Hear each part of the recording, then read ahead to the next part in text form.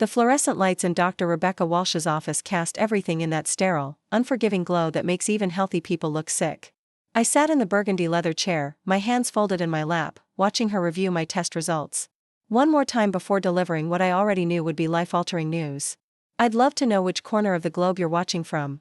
And if this story speaks to you, make sure to subscribe. Tomorrow's video is one you absolutely can't miss. Mrs. Harrison, she began, her voice carrying that careful gentleness doctors reserve for the worst conversations. The biopsy results confirm our suspicions. You have stage 2 ovarian cancer. The words hung in the air like smoke, visible but impossible to grasp. Stage 2 ovarian cancer. At 38 years old, I was supposed to be worried about mortgage payments and whether we'd ever get around to renovating the kitchen.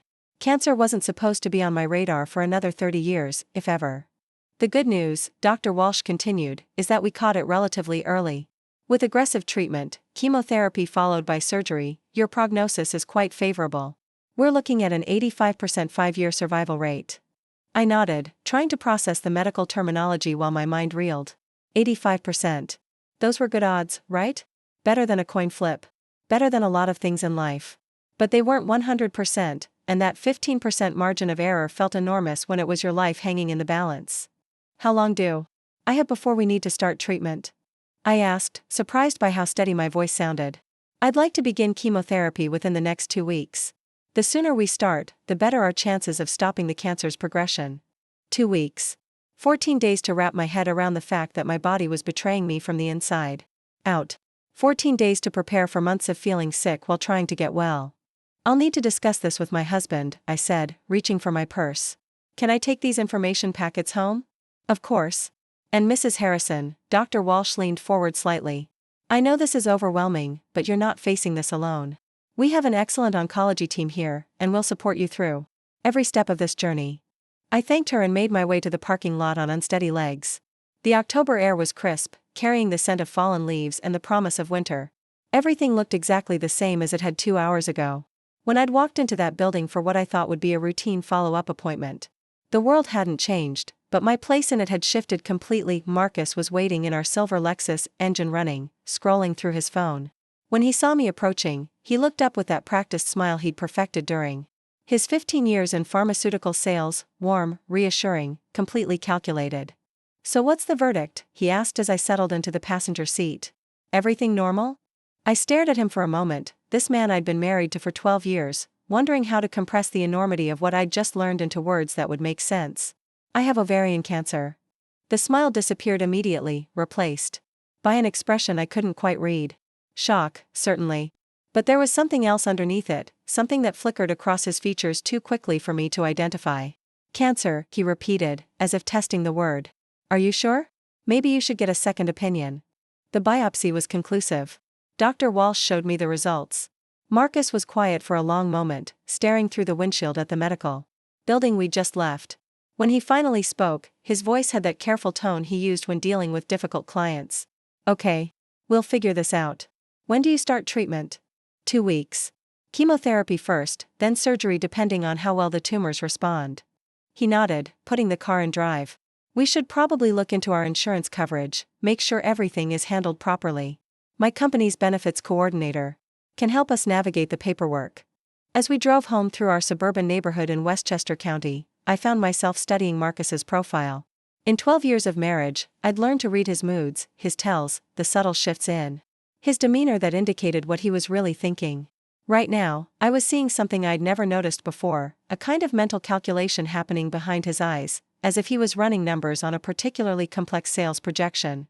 Are you okay? I asked. Me? I'm fine. I'm just thinking about logistics. You know me, I like to have a plan. That was true. Marcus thrived on organization, on systems and processes that could turn chaos into manageable components. It's what made him successful in sales and what had initially attracted me to him when we met at a pharmaceutical conference 13 years ago. While other people panicked in crisis situations, Marcus made lists. Our house came into view, a colonial revival we'd bought 5 years ago when Marcus's territory had expanded to include 3 states. The mortgage was steep, but we'd figured we had decades to pay it off. Now I was wondering if decades was a luxury I could count on. Should we call your parents? Marcus asked as we pulled into the garage. Let them know what's happening? Not yet. I want to process this myself first, understand what we're dealing with before we start telling people. That makes sense. What about work? Will you need to take time off during treatment? I worked as a graphic designer for a small marketing firm in White Plains, a job that offered flexibility and creative satisfaction even if the pay wasn't spectacular. Probably. Dr. Walsh said the chemotherapy can cause fatigue and nausea. I might be able to work from home some days, but I'll definitely need to reduce my hours. Marcus nodded, but I caught him glancing at his watch. It was Thursday afternoon, and I knew he had a client dinner scheduled for 6 o'clock. Some things, apparently, didn't stop for cancer diagnoses. Do you need to leave soon? I asked. The Peterson account, he said apologetically. It's been 3 months in development. If I can close this deal tonight, it'll cover our insurance deductible and then some. The Peterson account. I'd heard about it for weeks, a potential contract with a regional hospital chain that could boost Marcus's quarterly numbers significantly. Under normal circumstances, I would have encouraged him to go, to prioritize the financial security that would help us weather whatever challenges lay ahead, but these weren't normal circumstances. I'd just been told I had cancer, and my husband was worried about a sales meeting. Of course, I said, forcing a smile. We'll need the money for medical expenses. Relief flooded his face. You're amazing, you know that? Most wives would demand. I cancel everything and hold their hand all evening. Most wives. As if there was a standard protocol for how women should behave after receiving a cancer diagnosis. As if my understanding was just another item Marcus could check off his list of problems solved. He kissed my forehead before heading upstairs to change clothes. We'll talk more when I get home tonight, okay? Start making lists of questions for the doctor, figure out our strategy. Our strategy. Marcus was already treating my cancer like a business challenge that could be overcome with the right approach and sufficient planning. Part of me found this comforting, at least one of us was thinking practically about next steps. But another part of me felt oddly disconnected from his response, as if he was solving a problem that belonged to someone else. I spent the evening alone in our living room, surrounded by the informational brochures Dr. Walsh had given me. Chemotherapy protocols, side effect management, nutritional guidelines for cancer patients. The medical terminology was dense and intimidating, but I forced myself to read every page, highlighting passages and writing questions in the margins. By the time Marcus came home at 11:30, I had filled 3 pages with notes and felt marginally more prepared for what lay ahead. He was clearly energized from his dinner meeting, practically glowing with the satisfaction of a deal well executed. Peterson signed, he announced, loosening his tie. Full contract, 18-month commitment. This is going to put us in a really good position financially. That's wonderful, I said, meaning it. I'm proud of you. He sat down beside me on the couch and glanced at my stack of research materials. Learning everything you can, huh? That's my girl, always thorough. Dr. Walsh wants to start chemotherapy within 2 weeks. I've been reading about what to expect. Marcus picked up one of the brochures and flipped through it absently. 2 weeks. That's fast. She said early intervention gives us the best chance of stopping the cancer's progression. Makes sense. Like any problem, you want to address it before it gets out of hand. Any problem. As if ovarian cancer was equivalent to a leaky roof or a difficult client. I watched Marcus scan the medical information with the same detached efficiency. He brought to sales proposals, and felt something cold settle in my stomach that had nothing to do with cancer. Are you scared? I asked. He looked up from the brochure, his expression shifting to something more appropriate for the conversation. Of course I'm scared. This is serious stuff. But you're going to beat this, Jen. You're the strongest person. I know. Jennifer. He was the only person who still called me by my full name instead of the Jen that everyone else used. It had felt special when we were dating, like an intimacy reserved just for him. Tonight, it sounded formal, distant. A lot of love and effort went into bringing this story to life. If you're enjoying it, we'd be so grateful if you'd subscribe to our channel. Now, back to where we left off. The treatment is going to be rough, I said. Chemotherapy can cause hair loss, nausea, fatigue. I might not be myself for a while. We'll handle it, Marcus said confidently. Whatever you need, we'll figure it out. But even as he said the word, I noticed him checking his phone for emails, his attention already shifting toward tomorrow's responsibilities. This was how Marcus operated, full focus on the immediate crisis until a solution was identified, then a quick transition back to business as usual. The next morning, I called my boss and explained the situation. Linda Patterson had founded the marketing firm 8 years ago and prided herself on maintaining a family-like atmosphere among her 12 employees. When I finished describing my diagnosis and treatment timeline, there was a long pause before she spoke. Take whatever time you need, she said finally. Your position will be here when you're ready to come back, and if you can handle some projects from home during treatment, we'll work around your schedule. Thank you. I don't know what to expect yet in terms of how I'll feel day to day. Don't worry about it. We've got you covered. The relief was enormous. At least one major piece of my life would remain stable while everything else shifted into uncertainty. Marcus had already left for work by the time I finished the call.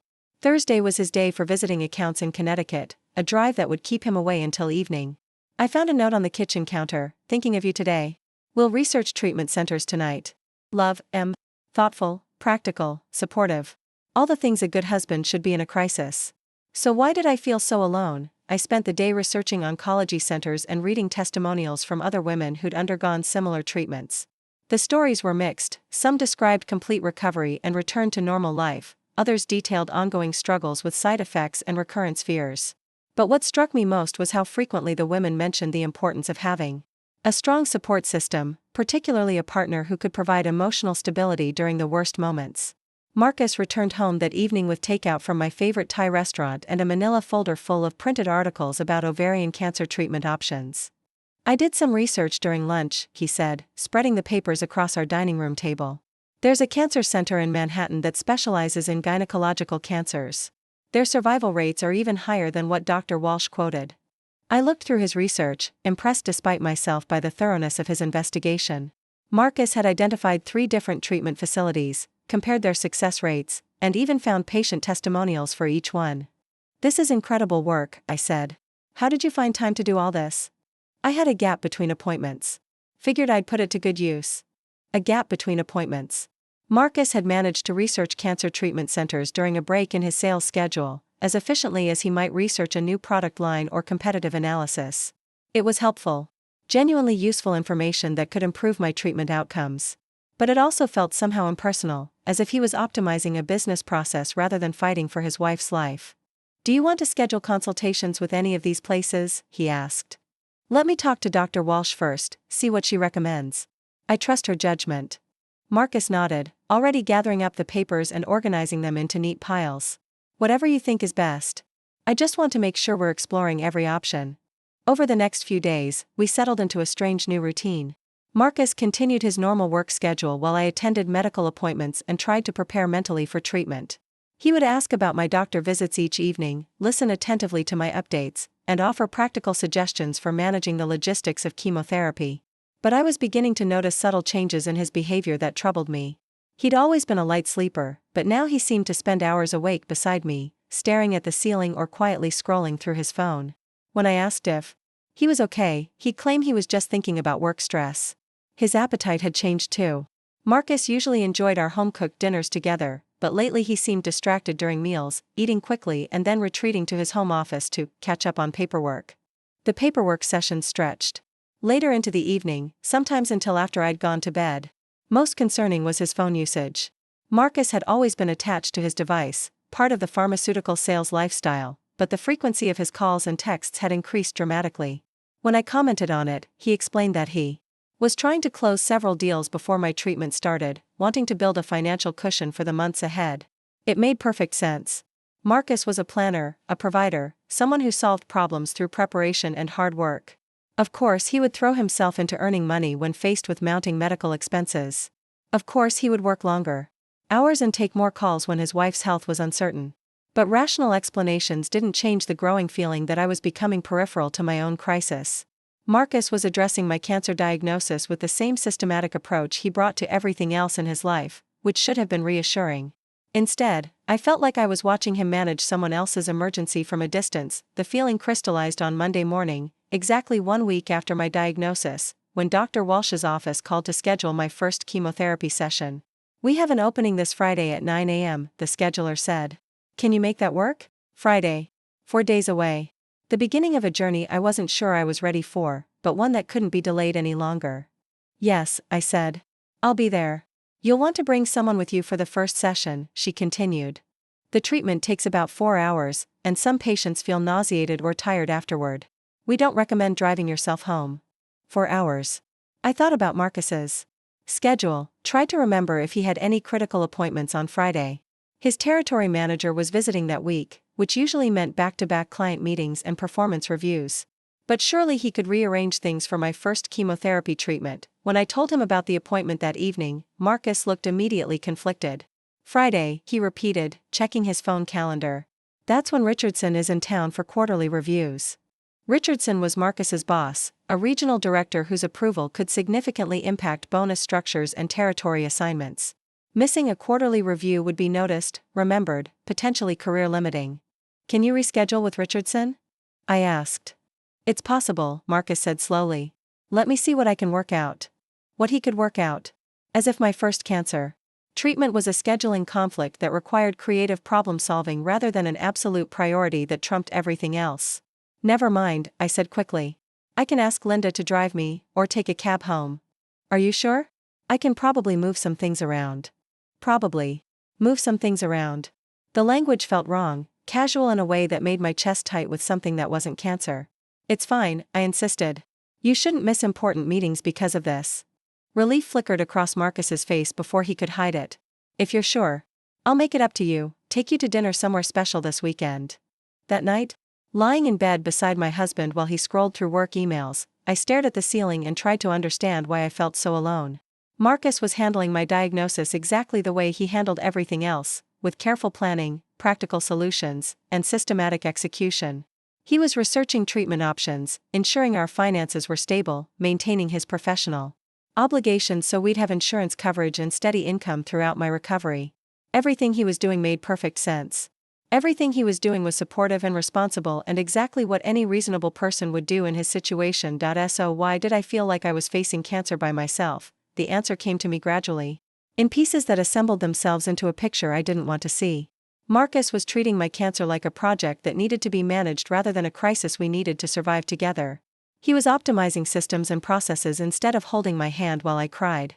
He was solving logistical problems instead of acknowledging that the woman he'd promised to love in sickness and in health was terrified of dying. Marcus was being a perfect husband to someone else's wife.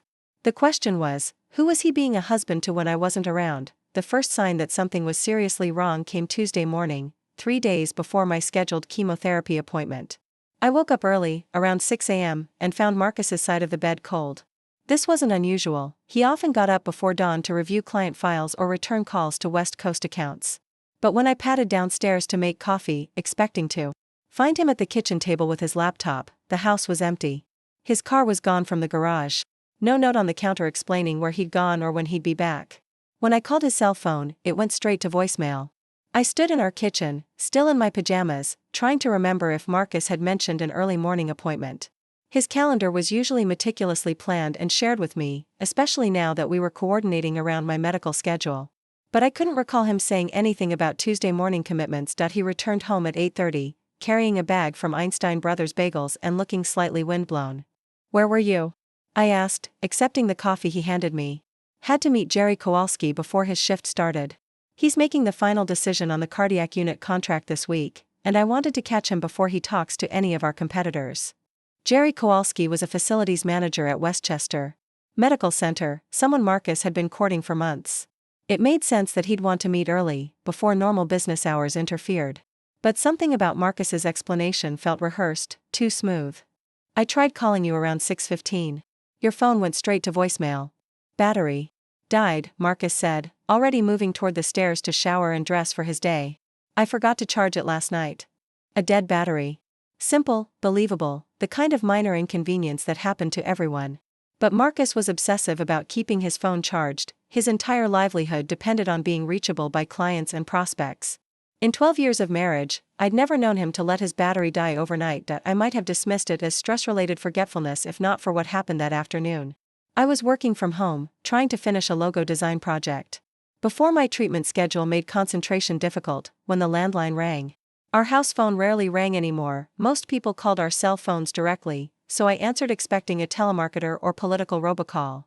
Harrison Residence, I said, half focused on the color palette I was adjusting on my computer screen. Oh, said a woman's voice I didn't recognize. I'm sorry, I must have the wrong number. I was looking for Marcus Chen. Marcus Chen. Not Marcus Harrison. Chen. I think you do have the wrong number, I said carefully. There's no Marcus Chen here. Right, of course. Sorry to bother you. The line went dead, leaving me staring at the phone in confusion. Marcus Chen. Why would someone be looking for my husband using a different last name? And why would they call our house phone instead of his cell? I sat at my computer for several minutes, the logo design forgotten, trying to make sense of what I'd just heard. Marcus had never mentioned knowing anyone named Chen, and certainly had never used it as an alias. Could it have been a genuine wrong number, someone confused about which Harrison they were trying to reach? But the more I thought about it, the more details bothered me. The woman had sounded confident when she asked for Marcus Chen, not hesitant like someone who wasn't sure they had the right information. And she'd apologized for having the wrong number quickly, almost as if she realized she'd made a mistake beyond simple misdirection. That evening, I decided to test Marcus's reaction casually.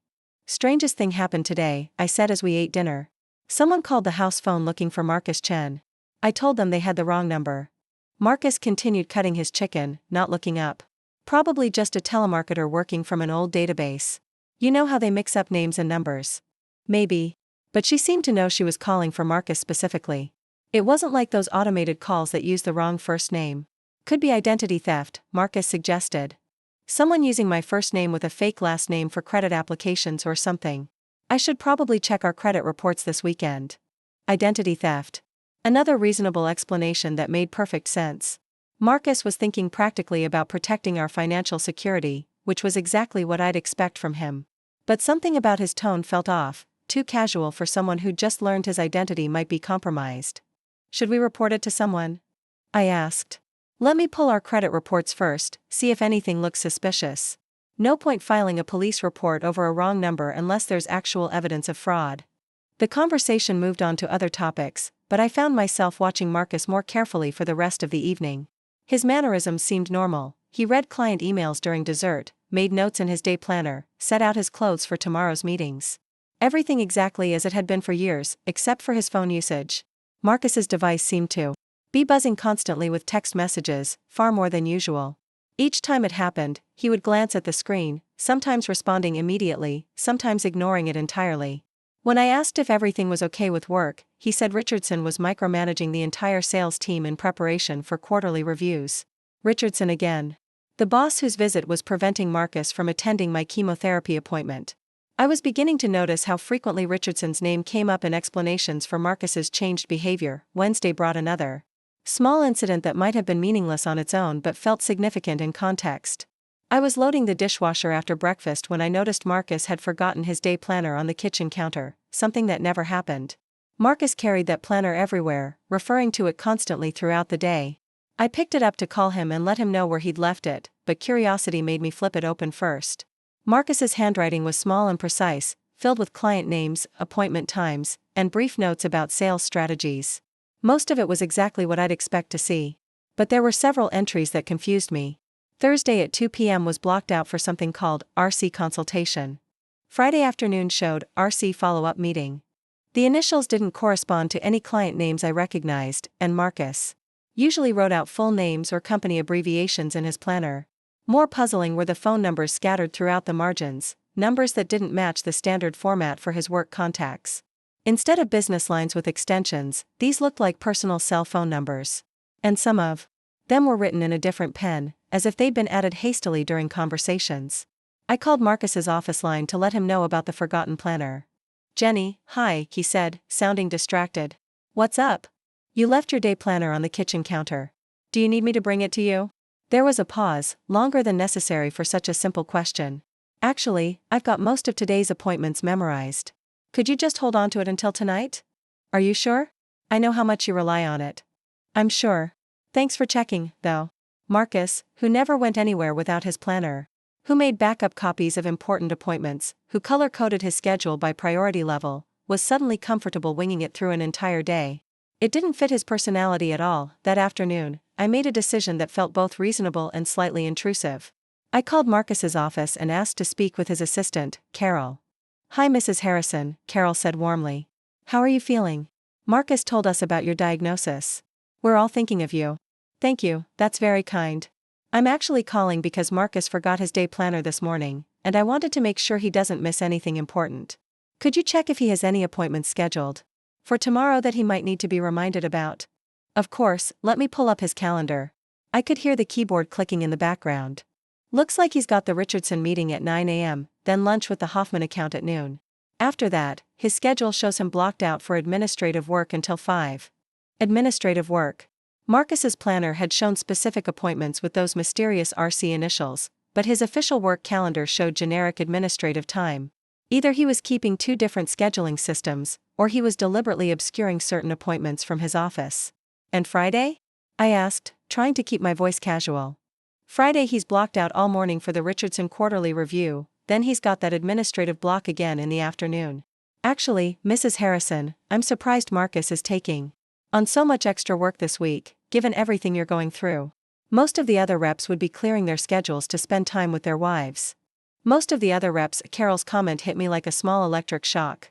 She was implying that Marcus's behavior was unusual, that other husbands in similar situations made different choices about work priorities. Well, you know Marcus, I said lightly. He likes to stay busy. He certainly does. I've never seen him work such long hours. Some days he's here until 8 or 9 p.m., then back again before 7 the next morning. Long hours at the office. But Marcus had been coming home by 6:30 most evenings, sometimes earlier. Where was he spending those extra hours that Carol thought he was working? After I hung up with Carol, I sat in my home office trying to make sense of the discrepancies. Marcus's forgotten planner with mysterious initials and personal phone numbers. His official work calendar didn't match his personal scheduling. Extra hours that his assistant thought he was working, but that didn't align with when he actually came home. Individually, each inconsistency could be explained. Marcus might be working on a special project that required confidentiality. He might be meeting with potential clients who weren't ready to be entered into official systems yet. He might be stopping somewhere between work and home to decompress or run errands, but taken together, the pieces suggested something more troubling. Marcus was leading some kind of double life, maintaining two different versions of his schedule and activities. The question was why. Thursday evening, I decided to test my growing suspicions more directly. Marcus came home at his usual time, greeted me with his usual kiss, and asked about my day with his usual attentiveness. Everything normal, everything exactly as it had been for 12 years. How was your day? I asked as we prepared dinner together. Busy but productive. The Richardson meeting went well, and I think I'm in good shape for tomorrow's review. What about that RC consultation you had scheduled? How did that go? Marcus paused in the middle of chopping vegetables, his knife suspended above the cutting board. RC consultation? I saw it in your day planner when I was going to call you about forgetting it. Thursday at 2 p.m., RC consultation. Oh, right. Marcus resumed chopping, but his movements were more careful now, deliberate. That was just a research call about treatment options. I've been consulting with some medical professionals about your case, getting second opinions. Medical professionals. Research call. It sounded reasonable, even thoughtful, a devoted husband going above and beyond to ensure his wife received the best possible care. That's really sweet of you, I said. What kind of professionals? Oncologists from other hospitals? Different specialists, yeah. I wanted to make sure Dr. Walsh's treatment plan aligned with current best practices. Did you learn anything useful? Marcus transferred the chopped vegetables to a pan, his attention focused on the cooking process. Mostly confirmation that we're on the right track. Dr. Walsh's approach is solid. RC consultation. Research call. Medical professionals. All perfectly reasonable explanations delivered with Marcus's characteristic confidence. But something about the conversation felt scripted, as if he'd been prepared for these questions. What about tomorrow afternoon? I pressed gently. Your planner showed another RC meeting.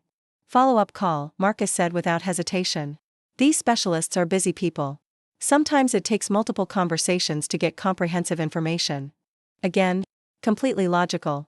Again, delivered a little too smoothly. That night, I lay awake listening to Marcus breathe beside me and trying to decide if I was being paranoid or intuitive. Everything he told me made sense on the surface. Devoted husbands probably did research additional treatment options. Busy professionals probably did require multiple consultations.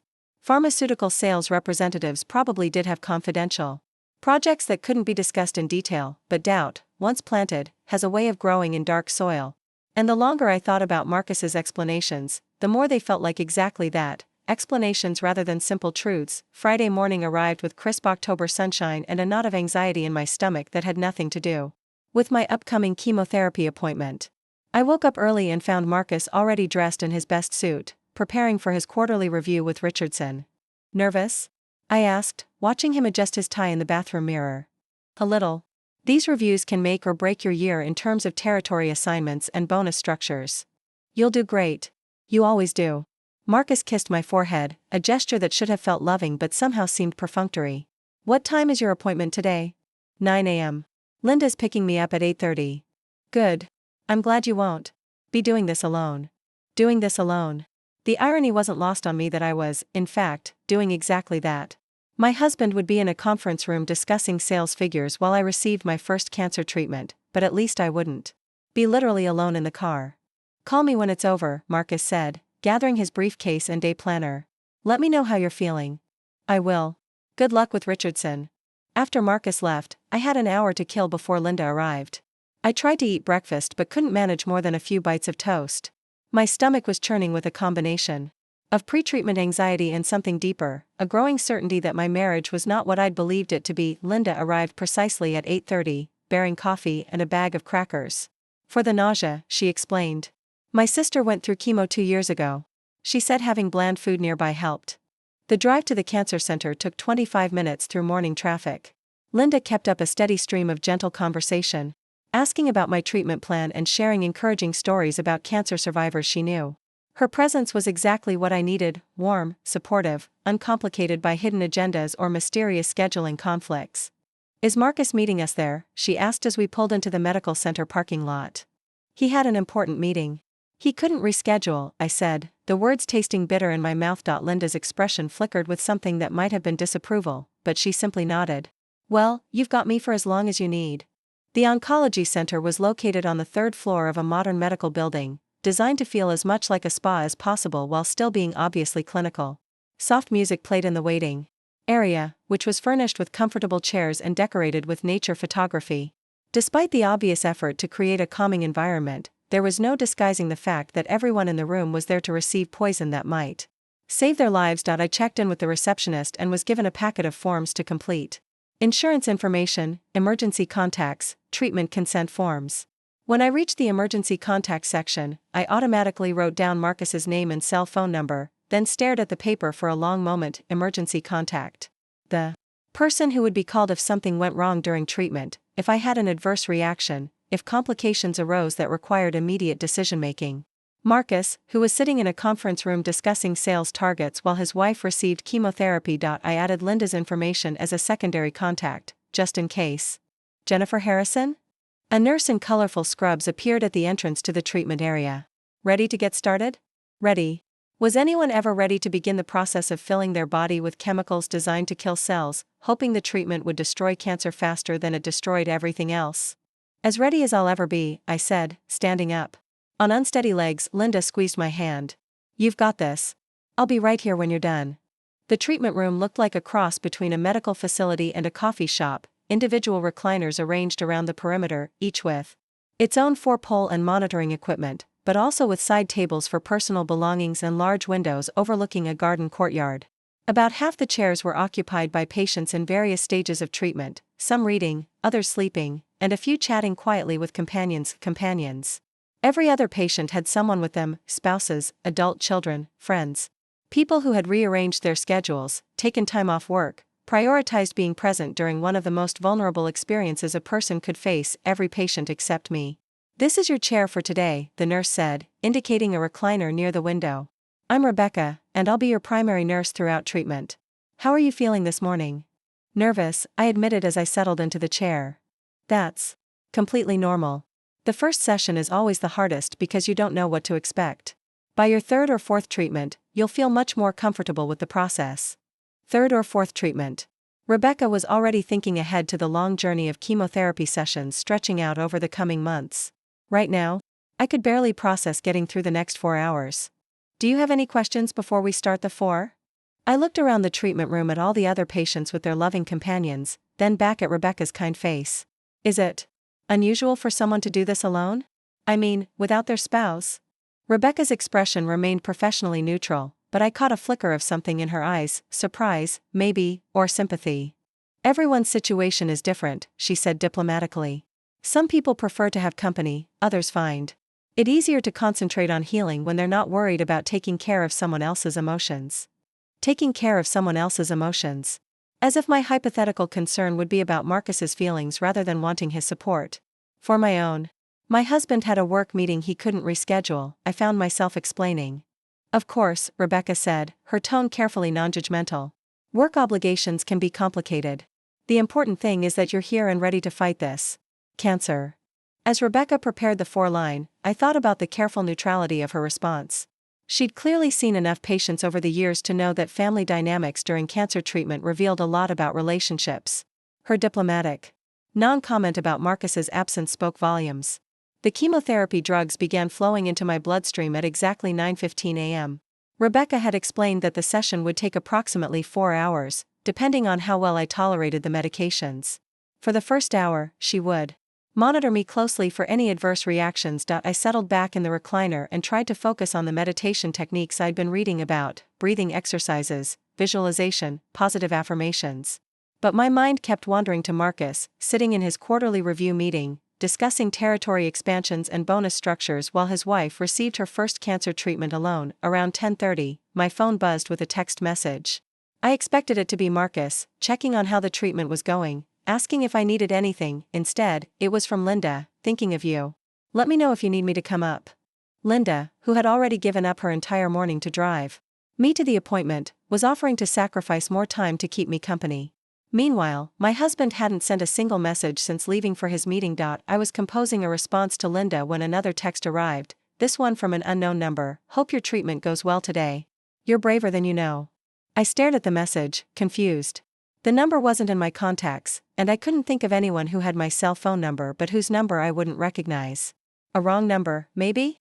But the message was too specific, too personal to be random. I was about to text back asking who was sending the message when Rebecca returned to check my vitals. How are you feeling so far? She asked, wrapping a blood pressure cuff around my arm. Okay, I think. A little tired, but no nausea yet. That's good. The anti-nausea medications we gave you beforehand seem to be working well. As Rebecca updated my chart, I noticed her glancing at my phone, which was still displaying the mysterious text message. Everything all right? She asked. Just got a weird text from a number I don't recognize. Someone wishing me well with treatment. Today. Rebecca's expression shifted slightly, becoming more focused. That's unusual. Do you mind if I ask what the message said exactly? I showed her the screen. Rebecca read the message, then looked at me with an expression I couldn't quite interpret. Mrs. Harrison, she said carefully, has anyone besides your immediate family and close friends been told about your treatment schedule? No, I don't think so. Just my husband, my boss, and a couple of close friends. Why? Rebecca was quiet for a moment, clearly considering her words carefully. It's probably nothing, but we've had some issues in the past with unauthorized individuals attempting to contact patients during treatment. Usually it's completely innocent, wrong numbers, mixed up contacts, that sort of thing.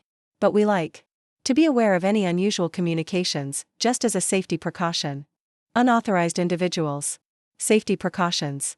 Rebecca was being diplomatically vague, but the implication was clear. Someone who shouldn't know about my treatment schedule had somehow obtained not only that information but also my personal cell phone number. Should I be concerned? I asked. Probably not. But if you receive any more messages from unknown numbers, especially ones that reference your medical situation, please let me know right away. Rebecca left to check on other patients, and I sat in my recliner with my phone in my lap, staring at the mysterious text message. Hope your treatment goes well today. You're braver than you know. The words themselves were supportive, even kind. But the fact that someone unknown to me had access to my treatment schedule and personal contact information felt deeply unsettling. In a day already filled with anxiety about chemotherapy and marriage concerns, this felt like one more thing sliding out of my control. I was still puzzling over the message when my phone rang. Marcus, finally. Hi honey, he said, his voice slightly strained. How's the treatment going? It's going okay. No side effects so far. That's great. Listen, I'm sorry I couldn't be there. The Richardson meeting ran longer than expected, and now he wants to extend our discussion through lunch. Through lunch. Marcus's quarterly review was expanding to consume even more of the day, ensuring that he wouldn't be available until well after my treatment was complete. Of course, I said, trying to keep the disappointment out of my voice. I understand. You're amazing, you know that? Most wives would be furious that I'm not there. Most wives. The same phrase he'd used earlier in the week. As if there was a standard protocol for how women should react to being abandoned during cancer treatment. I'm managing fine, I said. Good. I'll try to call again later this afternoon. Okay? And remember, Linda's picking you up when you're done. After Marcus hung up, I sat in the chemotherapy chair watching poison drip into my bloodstream and tried to understand why my husband's phone calls felt more like obligation than affection. He was asking the right questions, saying the right words, expressing appropriate concern for my well-being. But something fundamental was missing from our interactions, a sense that he was emotionally invested in my experience rather than simply managing it from a distance. The morning stretched on with the steady rhythm of 4 drips and vital sign checks. Other patients came and went, their treatment sessions shorter than mine, their companions reading magazines or holding quiet conversations. I tried to focus on healing thoughts, on visualizing the chemotherapy drugs attacking cancer cells and leaving healthy tissue untouched, but my mind kept returning to the growing collection of small inconsistencies in Marcus's behavior. The early morning absence with the convenient dead battery excuse. The mysterious phone call asking for Marcus Chen. The scheduling discrepancies between his personal planner and his official work calendar. The unknown text message that somehow knew about my treatment schedule. Individually, each incident could be explained away. Together, they formed a pattern that suggested my husband was living a life I knew nothing about, and I was sitting alone in a cancer treatment center. With 4 hours of chemotherapy ahead of me, beginning to understand that the person I'd trusted most in the world might be the person I knew least. The weekend after my first chemotherapy treatment passed in a haze of exhaustion and nausea that Dr. Walsh had warned me to expect. Marcus was attentive in his practical way, bringing me crackers when I couldn't keep food down, adjusting pillows when I needed to rest, making sure I took my anti-nausea medications on schedule. But there was something mechanical about his care, as if he was following a checklist rather than responding to his wife's suffering. By Monday morning, I felt well enough to return to some semblance of normal activity. Marcus left early for a sales call in Connecticut, and I decided to use my newfound energy to address the questions that had been accumulating in my mind since Friday's treatment. I started with a mysterious text message. The number was local, with a 914 area code that covered Westchester County and surrounding areas. When I tried calling it back, the Lone Ranger 4 times before going to a generic voicemail message. You've reached 914-555-0847. Please leave a message after the tone. No name, no personal greeting, nothing to identify who owned the phone. I hung up without leaving a message, but I made note of the number in a small notebook I'd started keeping for cancer-related information. Next, I decided to investigate the Marcus Chen phone call more systematically. I called our landline provider and requested call logs for the past month, explaining that we'd received some suspicious calls and wanted to verify our account security. The customer service representative was helpful, emailing me a detailed record of all incoming and outgoing calls. Most of the calls were exactly what I'd expected: my doctor's office, Marcus's work, a few telemarketers, calls to and from my parents. But there were several numbers I didn't recognize, including 3 calls from the same number that had sent me the mysterious text message about my treatment. The first call had come 2 weeks ago, the day after my cancer diagnosis. The second was last Tuesday, the morning Marcus had disappeared early and claimed his phone battery was dead. The third was Friday morning, about an hour before my chemotherapy appointment. Someone had been calling our house phone regularly since my diagnosis, and somehow that same person knew about my treatment schedule. The coincidence was too significant to ignore. I spent the next hour researching the phone number online, running it through reverse lookup services and social media searches.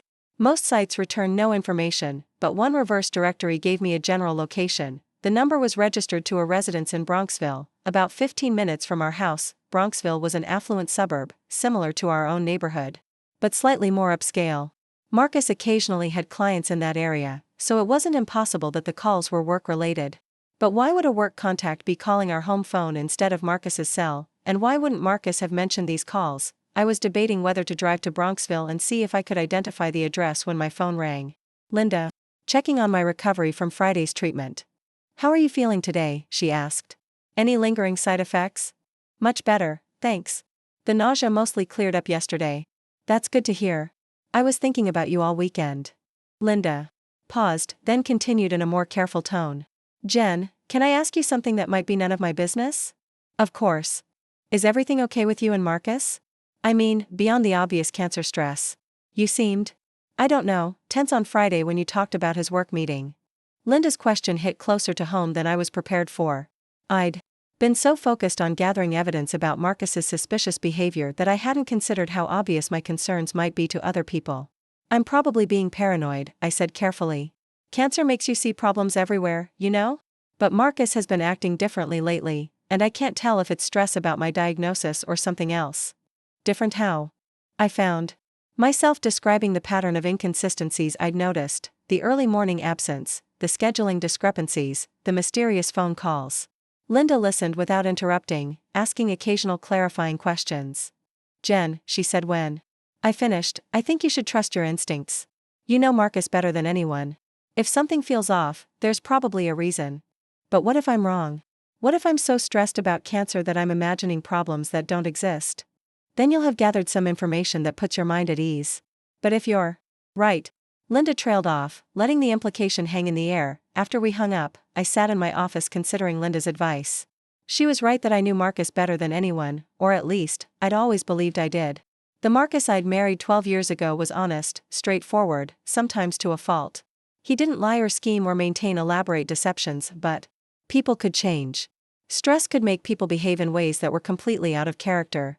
And terminal illness in a spouse was exactly the kind of crisis that might push someone toward poor decisions. I decided to take Linda's advice and gather more information, if only to prove to myself that my suspicions were unfounded. That afternoon, I drove to Marcus's office building in White Plains. I'd been there countless times over the years for company parties and family events, so the security guard recognized me and waved me through without question. I took the elevator to the third floor, where Chen Pharmaceuticals leased a suite of offices for their regional sales team. Jennifer. Carol looked up from her desk with surprise and concern. What are you doing here? Are you feeling all right? I'm fine, thanks. Marcus forgot some papers at home that he needs for tomorrow's client meeting. I thought I'd drop them off. It was a simple lie, easily believable. Marcus was always forgetting documents and asking me to email him files or bring materials to his office. He's actually out on calls all afternoon, Carol said. But I can make sure he gets whatever you brought. That's okay, I'll just put them on his desk. Carol gestured toward the hallway that led to the individual offices. You know where to find him. Marcus's office was small but well organized, with client files arranged alphabetically and a wall covered with sales achievement awards. His computer was locked, but his desk contained the usual collection of business cards, promotional materials, and handwritten notes about client preferences. I wasn't sure exactly what I was looking for until I found it, a second-day planner. Different from the one he carried with him, tucked into the bottom drawer of his desk, this planner was older, more worn, and filled with appointments and notes that didn't match anything I'd seen in his regular schedule. The handwriting was definitely Marcus's, but the content was puzzling. Instead of client names and sales meetings, this planner contained initials, addresses, and what looked like personal appointments. RC appeared frequently, sometimes with specific times and locations. There were also entries for someone identified only as A, and several appointments simply marked personal, with no additional details. Most intriguing, there were financial notations scattered throughout, dollar amounts that seemed too large for business expenses but too specific to be random. I photographed several pages with my phone, trying to work quickly before Carol or another colleague might wonder what was taking me so long. As I flipped through the months, I noticed that the appointments marked RC had become more frequent after my cancer diagnosis, sometimes occurring multiple times per week. RC. The same initials from Marcus's regular planner, the ones he'd claimed referred to medical research consultations about my treatment. But this hidden planner suggested something much more personal than professional medical advice. I was about to close the planner when I found something that made my hands shake, a page from 2 weeks ago with my chemotherapy appointment time. Written in red ink, followed by the notation, RH knows, adjust schedule accordingly. RH. My initials. Marcus had written about my chemotherapy appointment in his secret planner, noting that I knew about it and that he needed to adjust his schedule. But adjust his schedule for what? And why was my medical appointment relevant to whatever RC represented? I photographed that page carefully, then returned the planner to its hiding place and closed the desk drawer. My heart was racing as I walked back to Carol's desk, trying to look casual despite the adrenaline coursing through my system. All set. I told Carol. Thanks for letting me in. Of course.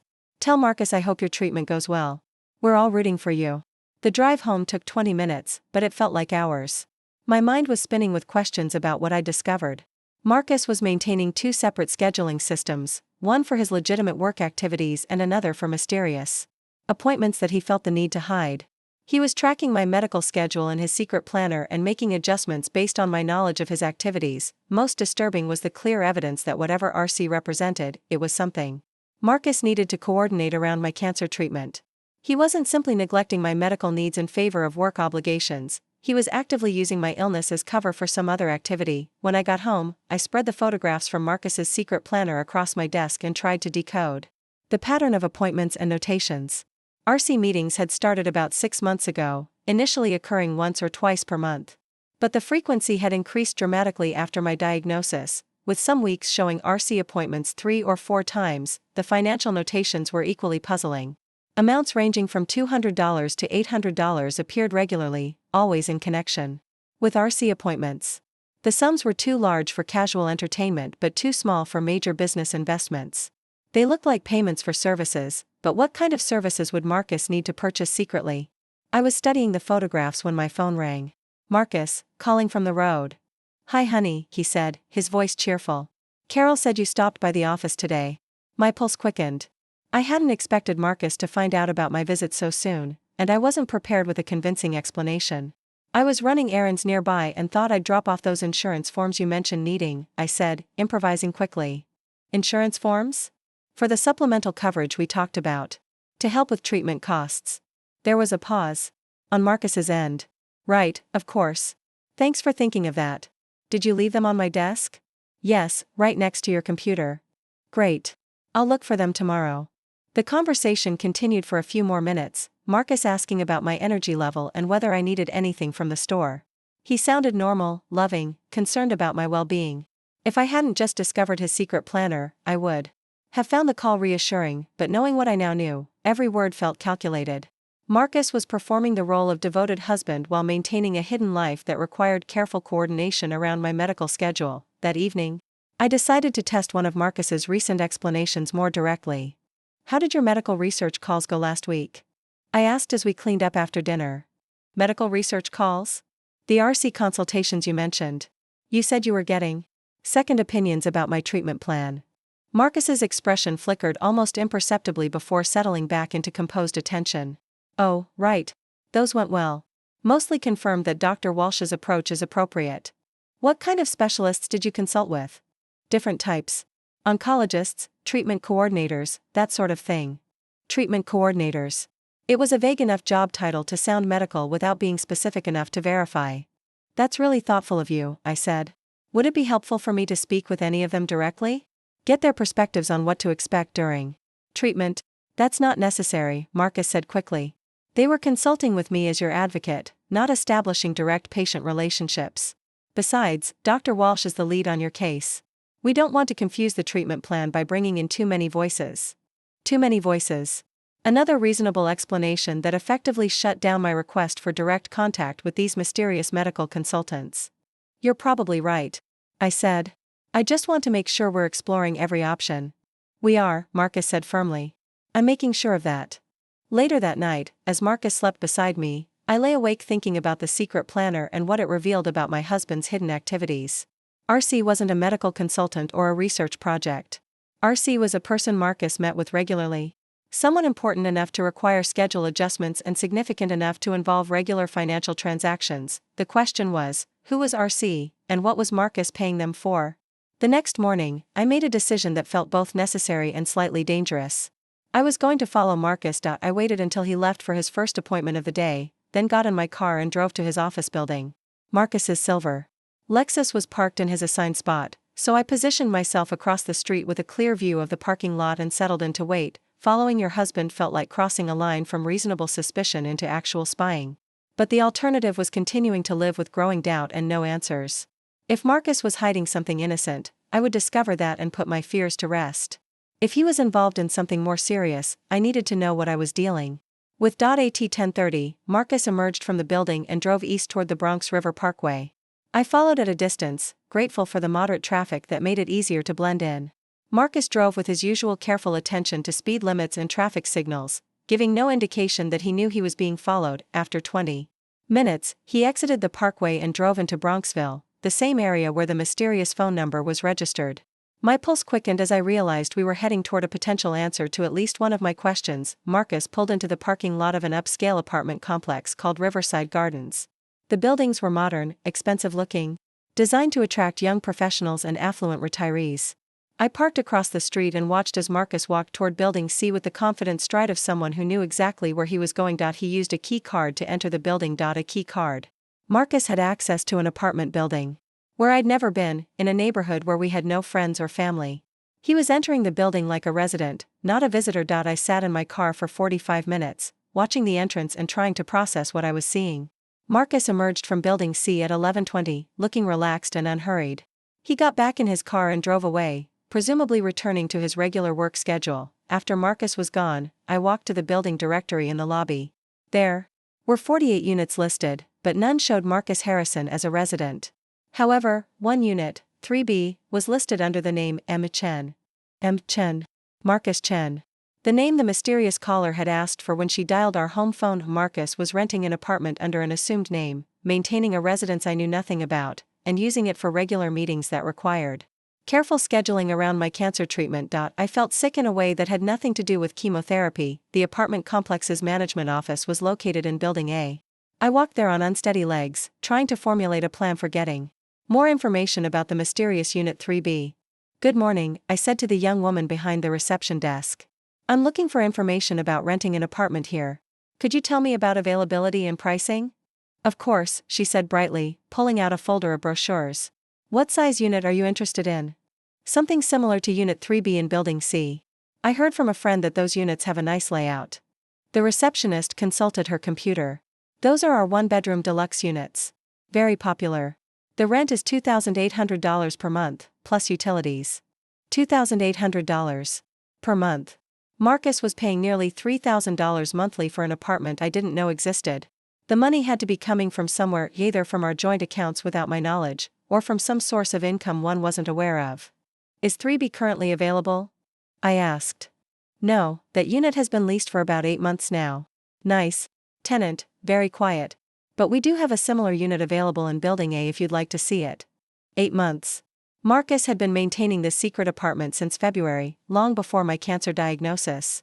Whatever he was using it for had nothing to do with my illness and everything to do with a deception that predated our current crisis. I declined to tour the available unit and returned to my car, my mind reeling with the implications of what I'd discovered. Marcus wasn't just hiding recent activities, he'd been living a double life for most of the past year. The apartment explained the financial notations in his secret planner. The mysterious phone calls to our house. The early morning absences and scheduling conflicts. Marcus had established an entirely separate residence where he could conduct activities that required complete secrecy from his wife. As I drove home, one question dominated my thoughts: who was RC, and what were they doing in Marcus's secret apartment? I had a feeling that finding the answer to that question would reveal just how thoroughly my husband had been betraying me while I fought for my life. The decision to hire a private investigator came to me at 3 a.m. on a Tuesday night, as I lay in bed listening to Marcus breathe peacefully beside me. He'd come home that evening with flowers and my favorite Thai takeout, apologizing for being so busy with work lately and promising to spend more quality time together. The gesture should have been romantic, but all I could think about was the $2,800 monthly rent he was paying for an apartment I wasn't supposed to know existed. I couldn't continue living in this state of partial knowledge, constantly wondering what Marcus was hiding while pretending everything was normal. I needed professional help to uncover the full scope of his deception. The next morning, after Marcus left for work, I Googled "private investigators Westchester County" and found several options. I chose Meridian Investigations because their website emphasized discretion and family matters. The owner, Patricia Valdez, had 20 years of experience in law enforcement before starting her own agency. "I need to know what my husband is really doing," I told Patricia during our phone consultation. "I have cancer, and he's been acting strangely since my diagnosis." "I'm sorry to hear about your illness," Patricia said, her voice warm but professional. "Can you tell me specifically what behaviors have concerned you?" I outlined everything I'd discovered: the secret apartment, the coded planner entries, the mysterious phone calls, the financial discrepancies. Patricia listened without interrupting, occasionally asking clarifying questions about dates and locations. "Based on what you're describing," she said when I finished, "it sounds like your husband is maintaining a parallel life. The question is whether this involves another relationship, financial fraud, or something else entirely." "Another relationship?" The possibility had been lurking in the back of my mind, but hearing it stated so directly felt like a physical blow. How quickly can you find out? I asked. Give me 48 hours for preliminary surveillance. If your husband is as regular in his habits as you've described, I should be able to determine what's happening at that apartment within a couple of days. We arranged for Patricia to begin surveillance Thursday morning. The retainer was $1,500, money I withdrew from my personal savings account, the emergency fund I'd been building for years without telling Marcus. Thursday passed in a blur of forced normalcy. I attended my second chemotherapy session, this time accompanied by my mother, who had driven down from Albany after I finally told her about my diagnosis. Mom's presence was comforting, but I found it difficult to concentrate on her cheerful conversation while knowing that across town, a private investigator was documenting my husband's secret activities. Patricia called Friday evening with her preliminary report. Your husband is definitely involved in a romantic relationship, she said without preamble. I have photographs of him with a woman at the Riverside Gardens apartment complex. They appear to be very comfortable with each other. This isn't a new relationship. I sat down heavily in my office chair, even though part of me had been expecting this news. Can you tell me about her? Caucasian female, approximately late 20s or early 30s, shoulder-length brown hair. She's quite attractive and appears to be in excellent physical condition. I observed them together for 3 hours yesterday and 2 hours today. Their body language suggests an established intimate relationship. Late 20s. Marcus was 42, which meant his girlfriend was young enough to be his daughter. The cliché of it was almost insulting: successful middle-aged man with young mistress while his wife battled cancer. Did you get photos? I asked. Extensive documentation. I'll email you a secure link to view them, but I should warn you that some of the images may be emotionally difficult to see. After Patricia hung up, I sat in my office for 10 minutes before opening her email. The link led to a password-protected gallery containing dozens of photographs taken with a telephoto lens. The first image showed Marcus and a brunette woman walking hand-in-hand toward Building C. She was indeed young and beautiful, wearing designer clothes that suggested either professional success or financial support from someone else. Her smile was radiant as she looked up at Marcus, who was gazing at her with an expression of complete adoration. Subsequent photos showed them on the apartment balcony, sharing lunch at a small table. The woman was animated in conversation, gesturing expressively, while Marcus listened with rapt attention. In 12 years of marriage, I'd never seen him look at me with such focused engagement. The most devastating image was near the end of the gallery, Marcus and the woman embracing in what was clearly a passionate kiss, her hands tangled in his hair, both of them lost in the moment. They looked like lovers reuniting after a long separation, not like people conducting a casual affair. I closed the laptop and walked to the bathroom, where I promptly threw up everything I'd eaten that day. When the retching finally stopped, I looked at myself in the mirror, pale, bald from chemotherapy, hollow-eyed from stress and illness, and understood why Marcus had sought comfort elsewhere, but understanding didn't make it hurt any less. The next morning, I called Patricia back. I need to know everything, I said. How long this has been going on, who she is, what their relationship really entails.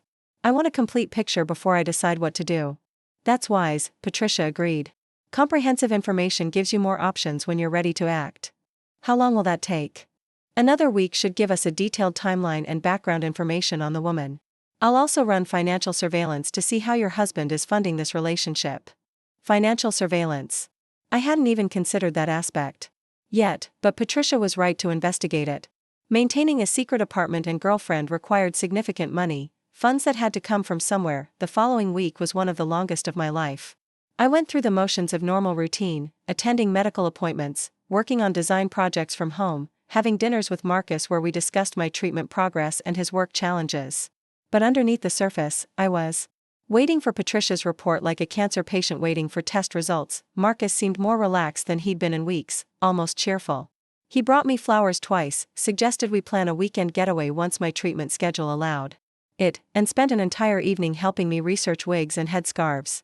His behavior was that of a devoted husband making the best of a difficult situation. It was also, I now realized, the behavior of a man whose guilt was being assuaged by temporary attention to his wife. Patricia's comprehensive report arrived the following Friday via encrypted email. I waited until Marcus left for work before opening it, knowing I would need privacy to process whatever I was about to learn. The woman's name was Rebecca Chen. She'd legally changed her surname 8 months ago, which explained the RC code in Marcus's planner and the M. Chen name on the apartment lease. Rebecca was 29 years old, originally from California, and worked as a pharmaceutical sales representative for a competing company. They had met at a medical conference 18 months ago and begun their relationship shortly afterward. Rebecca had moved to New York specifically to be closer to Marcus, taking a position with his company's main competitor and renting the Riverside Gardens apartment with his financial assistance. The financial details were staggering. Over the past 8 months, Marcus had transferred $47,000 from our joint accounts to support Rebecca's lifestyle. The apartment rent, her car payments, shopping expenses, and what appeared to be an expensive jewelry habit, all funded with money that should have been part of our shared financial security. But the most shocking revelation was in Patricia's final paragraph. Subject: Rebecca Chen is approximately 12 weeks pregnant. This information was confirmed through surveillance of a prenatal appointment at Westchester Women's Health on Thursday afternoon. Pregnant.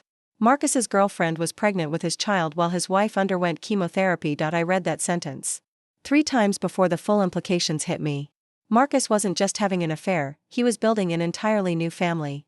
Rebecca Chen had moved across the country to be with him, changed her legal name to match his false identity, and was now carrying his baby, all while I fought cancer, believing my husband was supporting me through the most difficult period of my life. The phone rang, startling me out of my shock. Patricia, calling to discuss the report. I'm sorry to deliver such devastating news, she said gently. How are you processing this information? I don't know, I said honestly. It's so much worse than I imagined. The pregnancy changes the legal landscape significantly if you decide to pursue divorce. Child support obligations, custody arrangements, there are additional complications to consider. Divorce. I hadn't seriously contemplated ending my marriage. Until this moment, despite all the evidence I'd been gathering. Some part of me had hoped Marcus's suspicious behavior had a benign explanation, that we could work through whatever crisis had caused him to become distant and secretive, but there was no working through a pregnant mistress and $47,000 in stolen marital assets. There's something else, Patricia continued. I observed a concerning conversation between Marcus and Rebecca yesterday. She was agitated, crying, and their discussion appeared quite heated. I couldn't hear specifics, but Rebecca seemed to be pressuring Marcus about something, and his responses were making her increasingly upset. Do you think she knows about me? It's possible. Rebecca may be discovering that Marcus hasn't been entirely honest with her about his marital situation. Many men in these circumstances tell their girlfriends that their marriages are essentially over, that divorce is imminent, that they're just waiting for the right time to leave. The right time to leave? Was Marcus waiting for me to die from cancer so he could transition seamlessly to his new family without the messy complications of divorce proceedings? The thought was so cold, so calculating, that it took my breath away. I need copies of everything, I said. All the photographs, financial records, timeline documentation. I want a complete file. Of course. What are you planning to do? I thought about Marcus's cheerful demeanor over the past week, his suggestions for weekend getaways and future plans. He was living in both worlds simultaneously, devoted husband to his cancer-stricken wife and expectant father to his pregnant girlfriend. I'm going to continue chemotherapy and get healthy, I said. And then I'm going to destroy him. That afternoon, I drove to the law offices of Coleman, Martinez and Associates, a family law firm I'd found through online research. The attorney, Sarah Martinez, specialized in high-asset divorce cases involving adultery and financial fraud. This is a complex situation, Sarah said after reviewing Patricia's report. Your husband has committed several forms of fraud: identity fraud with the false name, financial fraud by transferring marital assets without your knowledge, and potentially insurance fraud if he's covered Rebecca Chen under any policies. What are my options? We could file for divorce immediately and seek emergency orders to freeze all marital assets. Given the pregnancy timeline and your medical situation, a judge would likely be very sympathetic to your position. But if you file now, while you're in the middle of cancer treatment, you'll be dealing with divorce proceedings during the most vulnerable period of your recovery. That's incredibly stressful on top of chemotherapy. Sarah leaned forward, her expression serious. There's another option. We could gather additional evidence over the next few months while you complete treatment. Build an absolutely ironclad case that would result in maximum consequences for Marcus. The financial fraud alone could result in criminal charges. Criminal charges. The idea of Marcus facing legal prosecution for stealing our money to support his pregnant girlfriend had a certain poetic justice. How long would that take? 3 to 4 months should give us everything we need. By then, you'll hopefully be through the worst of your treatment and stronger for the legal battle ahead. I thought about Marcus coming home every evening, kissing my forehead, asking about my treatment progress, all while maintaining his secret family across town. The deception was breathtaking in its scope and cruelty. "Let's build the case," I said. "I want him to face every possible consequence for what he's done." The next few weeks developed a surreal quality. Marcus continued his performance as the devoted husband, driving me to medical appointments when his schedule allowed, researching treatment options, maintaining our household while I dealt with chemotherapy side effects. But now I knew it was exactly that, a performance. Every loving gesture felt calculated, designed to maintain his cover while he built his real life with Rebecca Chen.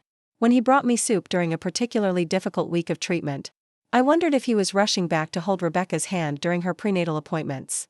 When he suggested we watch a movie together, I calculated how much time he was sacrificing from his other relationship. The hardest part was pretending I didn't know. Marcus's deception required my continued ignorance, so I had to maintain the role of trusting wife while gathering evidence of his betrayal. Patricia continued her surveillance, documenting Marcus and Rebecca's relationship with increasing detail. The photos showed them shopping for baby items, attending prenatal classes, looking at larger apartments suitable for a growing family. They were planning their future together while Marcus assured me that we would get through my cancer as a team. The financial investigation revealed even more disturbing information. Marcus had opened credit cards in my name without my knowledge, accumulating $23,000 in debt that was somehow connected to Rebecca's expenses. He'd also changed the beneficiary on his life insurance policy from me to Rebecca, a modification that had occurred just 2 weeks after my cancer diagnosis. 2 weeks after my diagnosis. Marcus had waited exactly 14 days after learning his wife had cancer before ensuring that his pregnant girlfriend would benefit financially from his death instead of his actual spouse. The calculation was so cold that it redefined my understanding of the man I'd been married to for 12 years, but perhaps the most revealing discovery came during my third chemotherapy session, when I overheard a conversation that provided the final piece of the puzzle. I was settled in my usual recliner, halfway through the 4-hour treatment, when my phone buzzed with a text from an unknown number. "Can we meet? This is Rebecca Chen. I think we need to talk."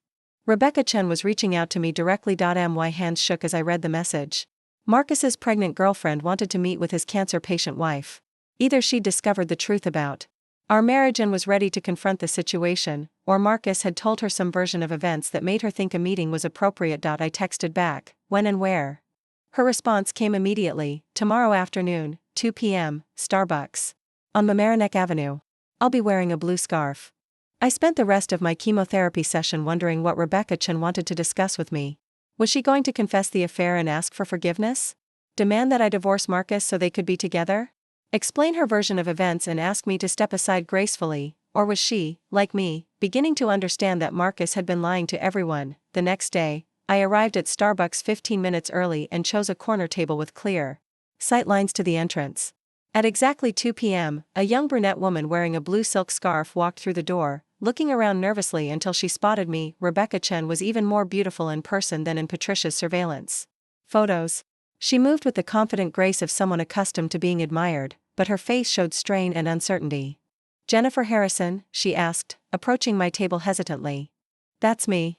Please, sit down." Rebecca ordered a decaf coffee and settled across from me, her hands clasped tightly in her lap. Up close, I could see the subtle signs of early pregnancy, the glow in her complexion, the slightly fuller face, the way she instinctively avoided sitting too far back in her chair.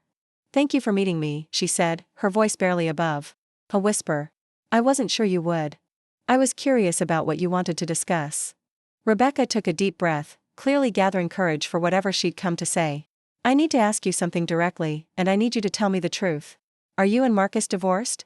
The question hung between us like a live wire. Rebecca Chen had discovered at least part of Marcus's deception and was looking for confirmation of what she suspected.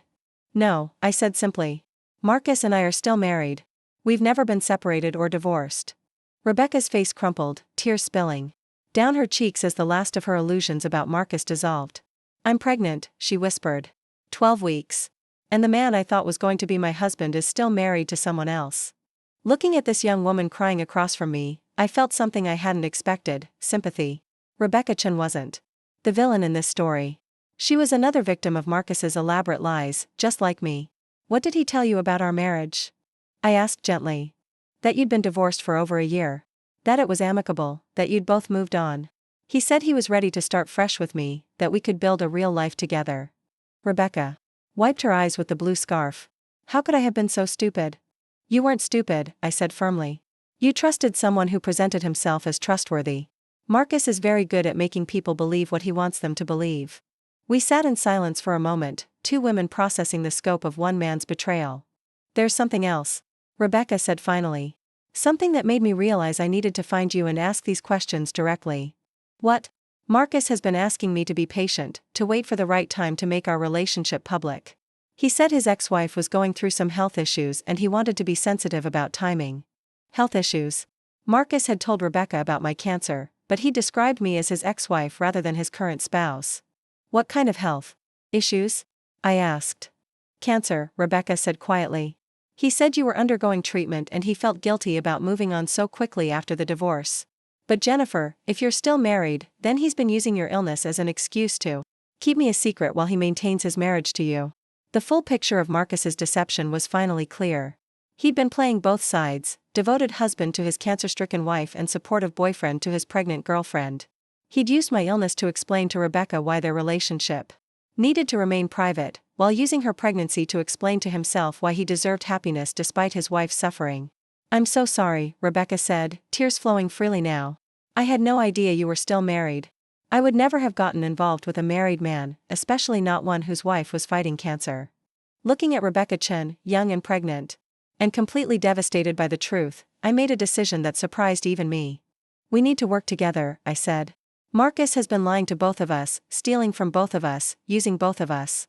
If we're going to make him face consequences for what he's done, we need to do it together. Rebecca looked up through her tears, hope flickering in her eyes for the first time since she'd sat down. What do you mean? I pulled out my phone and showed her Patricia's surveillance photos, images of her and Marcus together, documentation of their relationship that she'd never known existed.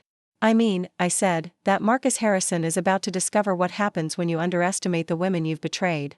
The alliance between Rebecca and me began that same afternoon in the Starbucks parking lot. She sat in my car, still crying. Intermittently, while I outlined what I'd discovered through Patricia's investigation and my own detective work. $47,000, Rebecca repeated, her voice hollow. He told me his divorce settlement was expensive, that he was supporting you temporarily until you got back on your feet. I felt guilty about the money he was spending on me. He's been using our joint savings to fund your relationship while telling me we needed to be careful about expenses because of my medical bills, I said. He's been playing both sides of every conversation. Rebecca pulled down the car's visor mirror and studied her reflection, red eyes, smeared makeup, the face of someone whose world had just collapsed. I quit my job in San Francisco for him. Moved across the country. Changed my name. I thought we were building a future together. You still can build a future, I said gently. Just not with Marcus. I'm pregnant with his child. How do I explain this to my family? To potential employers? I'm 29 years old, unemployed, pregnant. By a married man who's been lying to me for over a year. I thought about my own situation, 38, fighting cancer, married to a man who'd been systematically betraying me while I underwent chemotherapy. Neither of us was in an enviable position. We make him pay for what he's done, I said. Financially, legally, professionally. Marcus thinks he can manipulate both of us because we're isolated from each other. But together, we have information he doesn't know we've shared. Rebecca was quiet for a long moment, processing the implications. What are you proposing? Marcus has committed multiple felonies, identity fraud, financial fraud, potentially bigamy if he's made promises to marry you while still married to me. He's also going to owe significant child support for your baby and alimony to me after our divorce. If we coordinate our evidence and our legal strategies, we can make sure he faces the maximum consequences. You'd help me with child support claims? Even though your husband and you didn't know he was married, I said firmly. You were lied to just like I was. The difference is that I have 12 years of shared assets to protect, and you have a child to provide. 4. Marcus owes both of us, in different ways. Rebecca nodded slowly, determination replacing despair in her expression. What do we do first? I pulled out my phone and called Sarah Martinez, my divorce attorney. Sarah, it's Jennifer Harrison. I have an update on my case, and I'm going to need you to coordinate with another attorney. Marcus's girlfriend wants to join forces. The legal planning session took place the following Monday in Sarah's conference room. Rebecca brought her own attorney, David Kowalski, who specialized in paternity and child support cases. Together, we created what Sarah called a comprehensive strategy for maximum accountability. The key, Sarah explained, spreading documents across the conference table, is timing and coordination. If Rebecca files paternity claims while Jennifer files for divorce simultaneously, Marcus won't be able to hide assets or claim financial hardship to reduce his obligations. David reviewed Patricia's surveillance evidence, nodding approvingly. This documentation is excellent. Rebecca, you'll have no difficulty establishing paternity or securing child support. The financial fraud evidence actually works in your favor. It shows Marcus has been diverting marital assets to support you, which establishes his ability to pay. What about criminal charges? I asked. The identity fraud and financial theft are definitely prosecutable, Sarah said. The challenge is whether the district attorney will pursue charges given that this appears to be a domestic situation rather than traditional criminal fraud. What if we could show a pattern of fraud beyond just our 2 cases? Rebecca asked. What if Marcus has done this before? That question led to our next phase of investigation. Patricia expanded her research to examine Marcus's history, looking for other women who might have been involved with him, other financial irregularities, any evidence that his behavior with Rebecca and me was part of a larger pattern. The results were disturbing. Patricia found evidence of at least 2 other women Marcus had been involved with during our marriage, relationships that had lasted several months each and involved significant financial expenditures. One woman, a nurse named Angela Rodriguez, had received $8,000 in gifts and expenses over a 6-month period 2 years ago. Another, a marketing coordinator named Lisa Wong, had been the recipient of expensive jewelry and vacation trips totaling nearly $15,000. Your husband appears to have a pattern of using marital assets to fund extramarital relationships, Patricia reported during our meeting the following week. Rebecca represents the most serious escalation, the apartment, the name change, the pregnancy, but she's not the first woman he's financially supported without your knowledge. Rebecca and I exchanged glances across Patricia's office. Marcus hadn't just betrayed us, he'd been systematically cheating and stealing throughout our marriage. Can we contact these other women? Rebecca asked.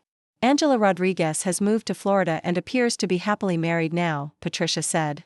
But Lisa Wong is still local, and according to social media, she's recently gone through a difficult divorce. She might be willing to discuss her experience with Marcus if approached correctly. We decided that Rebecca would reach out to Lisa, woman to woman, to see if she'd be willing to share information about her relationship with Marcus. The conversation took place over coffee, with Rebecca presenting herself as someone trying to understand the scope of Marcus's deceptive behavior. Lisa's story was painfully familiar. Marcus had told her that his marriage was essentially over, that he was planning to divorce me but needed to wait for the right timing. He'd lavished her with attention and expensive gifts, making her feel like the most important person in his world. The relationship had ended abruptly when Lisa had pushed for Marcus to make their relationship public, at which point he claimed work pressures were making commitment impossible. He made me feel so special, Lisa told Rebecca. Like I was the solution to all his problems, the person who could make him truly happy. When it ended, I felt like I'd imagined the whole thing. Lisa agreed to provide a statement documenting the financial gifts Marcus had given her, along with copies of text messages where he'd made promises about leaving his wife. Her evidence, combined with Angela Rodriguez's documented expenses and Rebecca's situation, painted a clear picture of Marcus as a serial adulterer who used marital assets to fund his affairs. With this expanded evidence, Sarah felt confident about pursuing criminal charges alongside the divorce proceedings. The district attorney will take this seriously, she said. This isn't just marital infidelity, it's a pattern of financial fraud and identity theft spanning several years. Marcus has essentially been running a con game using his marriage as cover. While our legal team prepared their strategy, Rebecca and I worked on gathering additional evidence from within Marcus's daily routine. Rebecca had keys to the secret apartment and access to Marcus's personal belongings there, while I could monitor his behavior at home for signs that he suspected his deception was unraveling. The coordination required careful planning. Rebecca would search the apartment for financial documents, evidence of other relationships, or any communications that might reveal the scope of Marcus's deceptions. I would continue my role as the unsuspecting wife while documenting any changes in his behavior or new lies he told to cover his tracks. The apartment search revealed a treasure trove of incriminating evidence. Rebecca found credit card statements showing expenditures on multiple women, not just her. She discovered a second cell phone Marcus used exclusively for his affairs, containing text message histories with at least 6 different women over the past 3 years. Most damaging was a notebook where Marcus had detailed his financial manipulations, amounts transferred from our joint accounts, gifts purchased for various women, even calculations of how much money he could access if I died from cancer versus if we divorced. If I died from cancer.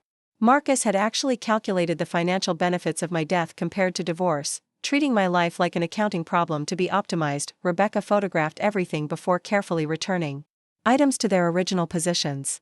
We now had evidence that Marcus had been systematically defrauding our marriage for years, using our shared resources to support a rotating cast of girlfriends while maintaining the facade of a devoted husband. The final piece of our strategy involved exposing Marcus's deception in a way that would destroy his professional reputation along with his personal life.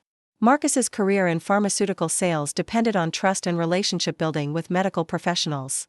A scandal involving fraud and identity theft would make him unemployable in his field. We decided to time our revelations to coincide with Marcus's biggest professional opportunity of the year, the regional sales conference, where top performers from across the country gathered to receive awards and network with industry executives. Marcus had been selected to give a presentation about building client relationships through trust and reliability. The irony was too perfect to ignore. Rebecca and I spent our final planning session rehearsing exactly how we would coordinate our confrontation with Marcus. The goal was to present him with irrefutable evidence of his deception in a setting where he couldn't escape or deflect, forcing him to face the consequences of his actions directly. "Are you ready for this?" Rebecca asked as we reviewed our timeline. For the 100th time. I thought about Marcus's cheerful demeanor over the past few weeks, his suggestions for future plans, his performance as the caring husband. He'd been so confident in his ability to manage both relationships that he'd grown careless, leaving evidence of his deception scattered across 2 residences and multiple financial accounts. "I've been ready since the day he left me alone at the cancer center," I said. "Marcus thinks he's been playing chess while we played checkers. He's about to discover we've been playing an entirely different game." The regional sales conference was scheduled for the following Friday. Marcus had been preparing his presentation for weeks, practicing his speech about trust and reliability in front of our bathroom mirror. He'd bought a new suit for the occasion and arranged for hotel accommodations at the conference venue. Marcus had no idea that his wife and pregnant girlfriend would be attending as uninvited guests, armed with evidence that would destroy everything he'd spent years building. The trap was set. All that remained was waiting for Marcus to walk into it. The regional sales conference was being held at the Grand Hyatt in Manhattan, a gleaming tower of glass and steel that hosted corporate events for pharmaceutical companies throughout the tri-state area. Marcus had left home Friday morning in his new charcoal suit, carrying his presentation materials and radiating the confidence of a man who believed his double life was still perfectly managed. "I'll probably be late tonight," he'd said, kissing my forehead before leaving.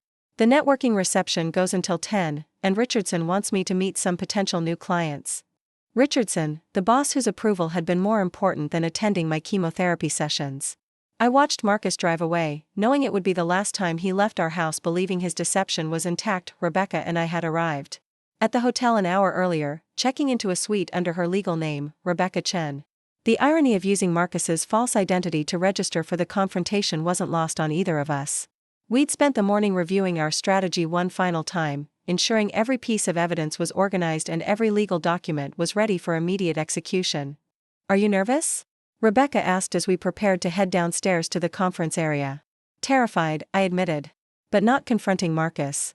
I'm scared of what comes after, rebuilding my entire life from scratch while recovering from cancer." Rebecca placed her hand protectively over her belly, where Marcus's child was growing. "We'll figure it out. Both of us. We're stronger than he ever gave us credit for."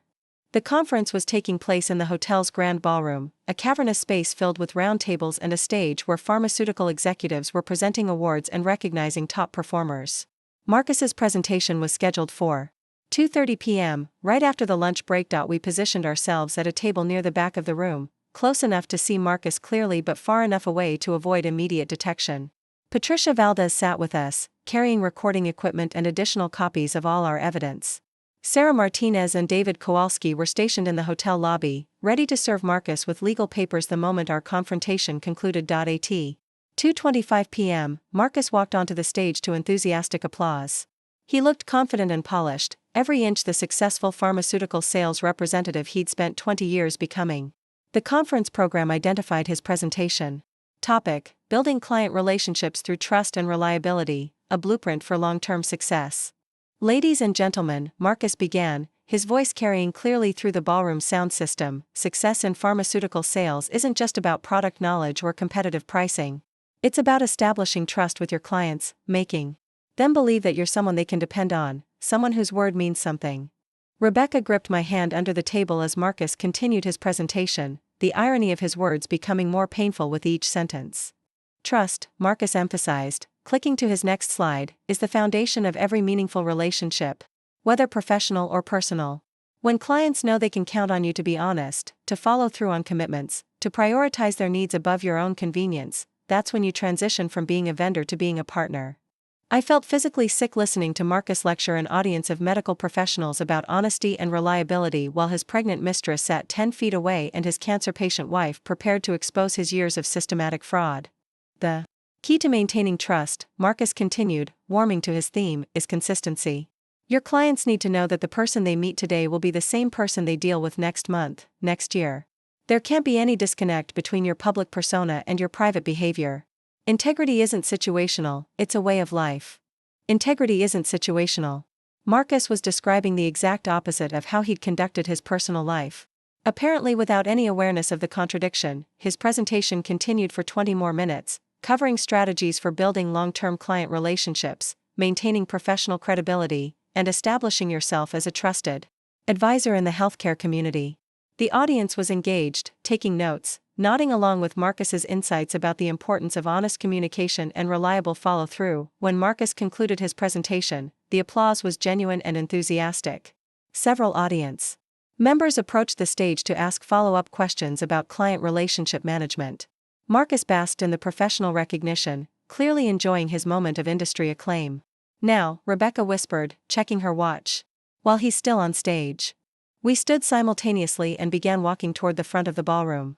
Patricia followed with her recording equipment, ready to document Marcus's reaction to our confrontation. The plan was simple: approach the stage while Marcus was still surrounded by colleagues, present him with evidence of his deception in front of his professional peers, and then let the consequences unfold naturally. Marcus noticed us when we were about halfway to the stage. His face went through a series of rapid transitions, surprise at seeing me at his conference, confusion about why Rebecca was with me, and then dawning horror as he realized what our joint appearance meant. "Excuse me," he said to the colleagues surrounding him, his voice suddenly strained. "I need to take care of something." He stepped down from the stage and walked toward us, his confident demeanor evaporating with each step. By the time he reached us, Marcus looked like a man walking to his execution. "Jennifer," he said, his voice barely above a whisper. "What are you doing here? And Rebecca, I thought you were at work today." "We need to talk," I said loud enough for nearby conference attendees to overhear. "About your presentation on trust and reliability." Marcus glanced around nervously, clearly aware that dozens of his professional colleagues were within earshot. "Can we discuss this privately? Maybe in the lobby?" "No," Rebecca said firmly. "We're going to discuss this right here, in front of all these people who just heard you lecture about integrity and honest communication."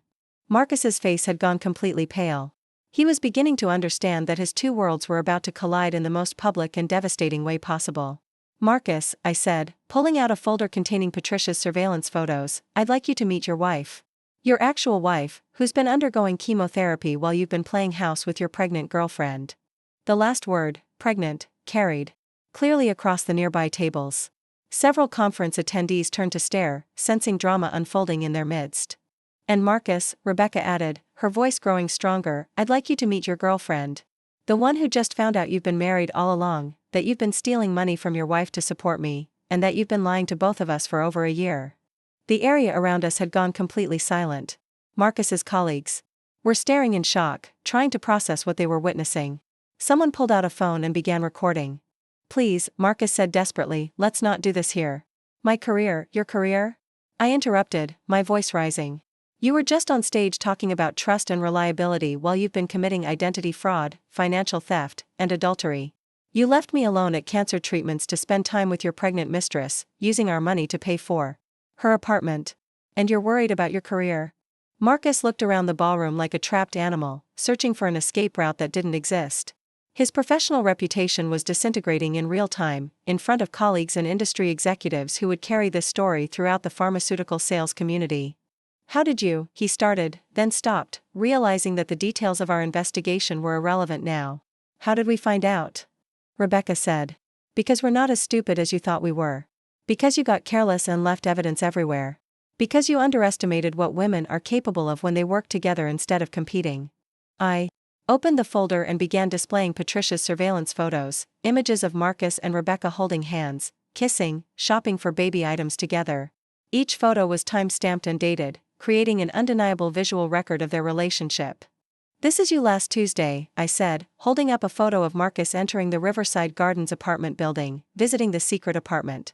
"You've been renting under the name Marcus Chen while telling me you were at client meetings." "And this," Rebecca added, producing her own folder, "is the financial documentation showing $47,000 transferred from your joint accounts with Jennifer to support our relationship.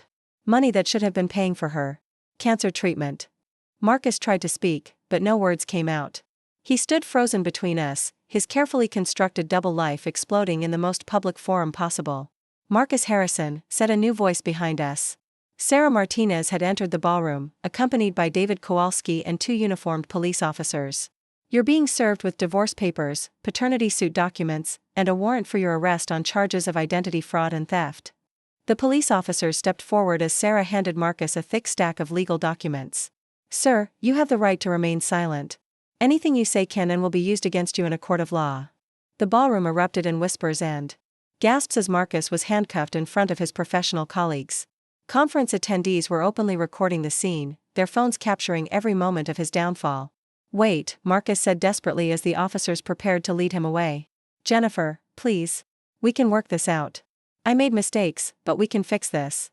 I looked at my husband, this man who'd spent months hoping I would die from cancer so he could inherit my money and start fresh with his pregnant girlfriend, and felt nothing but cold satisfaction. "Marcus," I said clearly, ensuring my words would carry across the silent ballroom, "the only mistake you made was thinking I was too sick and too trusting to fight back. You calculated wrong."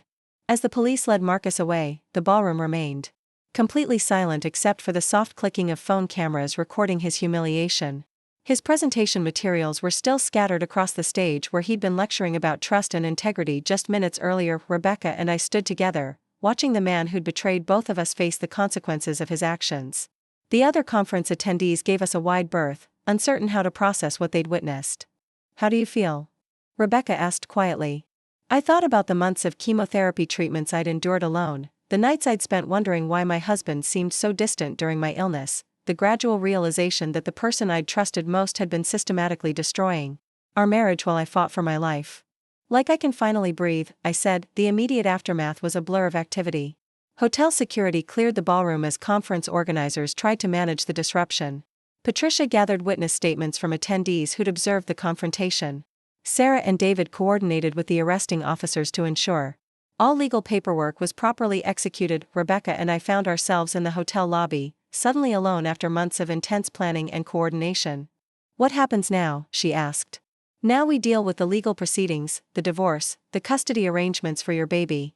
It's going to be complicated and probably ugly. But we'll handle it together." I looked at this young woman who'd been deceived as thoroughly as I had, who was facing single motherhood because of Marcus's lies, who'd had the courage to reach out to me when she discovered the truth. Together, I agreed. My phone rang. Dr. Walsh's office, calling with results from my most recent cancer screening. "Mrs. Harrison," the nurse said when I answered. "Dr. Walsh wanted me to call with your test results.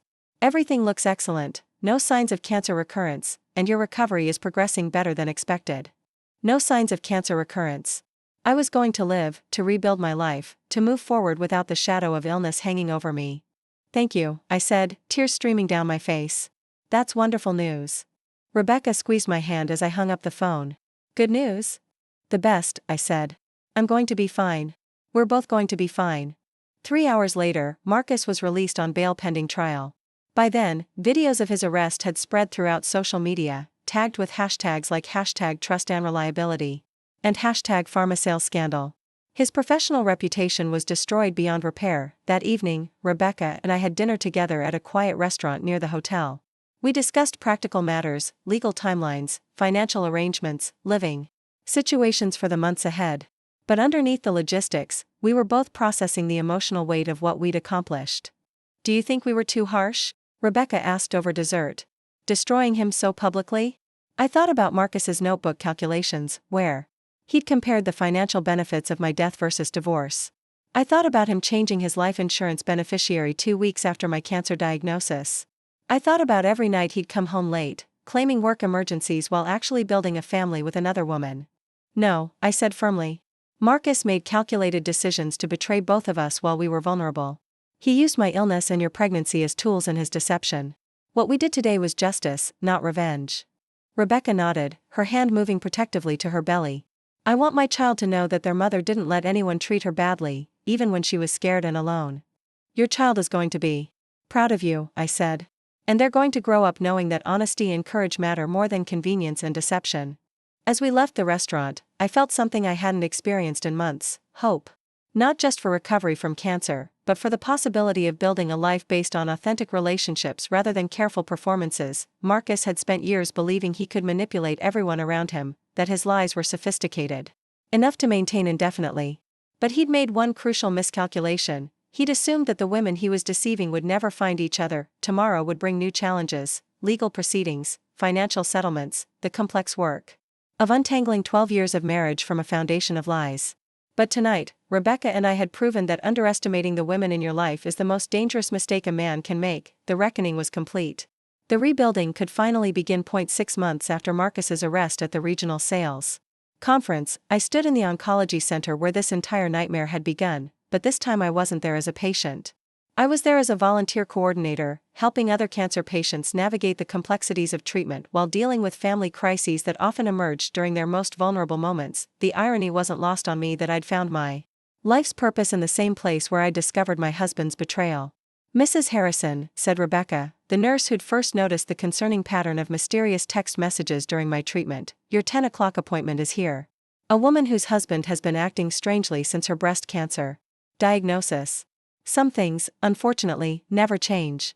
In the 6 months since Marcus's very public downfall, I'd counseled dozens of cancer patients who suspected their spouses were taking advantage of their illness. The patterns were depressingly similar: increased secrecy, financial irregularities, emotional distance disguised as protective concern. Send her in, I said, reviewing the intake form. And Rebecca, thank you for referring her to me. These situations require someone who understands both the medical and personal complexities. The patient was a 42-year-old teacher named Maria Santos, whose husband had started working unusually long hours and taking mysterious phone calls since her diagnosis 3 months earlier. Her story was painfully familiar, but I listened. With the patients I'd learned from my own experience, sometimes people needed to voice their fears before they could act on their suspicions. I feel like I'm being paranoid, Maria said, tears streaming down her face. Cancer makes you question everything, you know? But something doesn't feel right about how he's handling this. Trust your instincts, I said gently.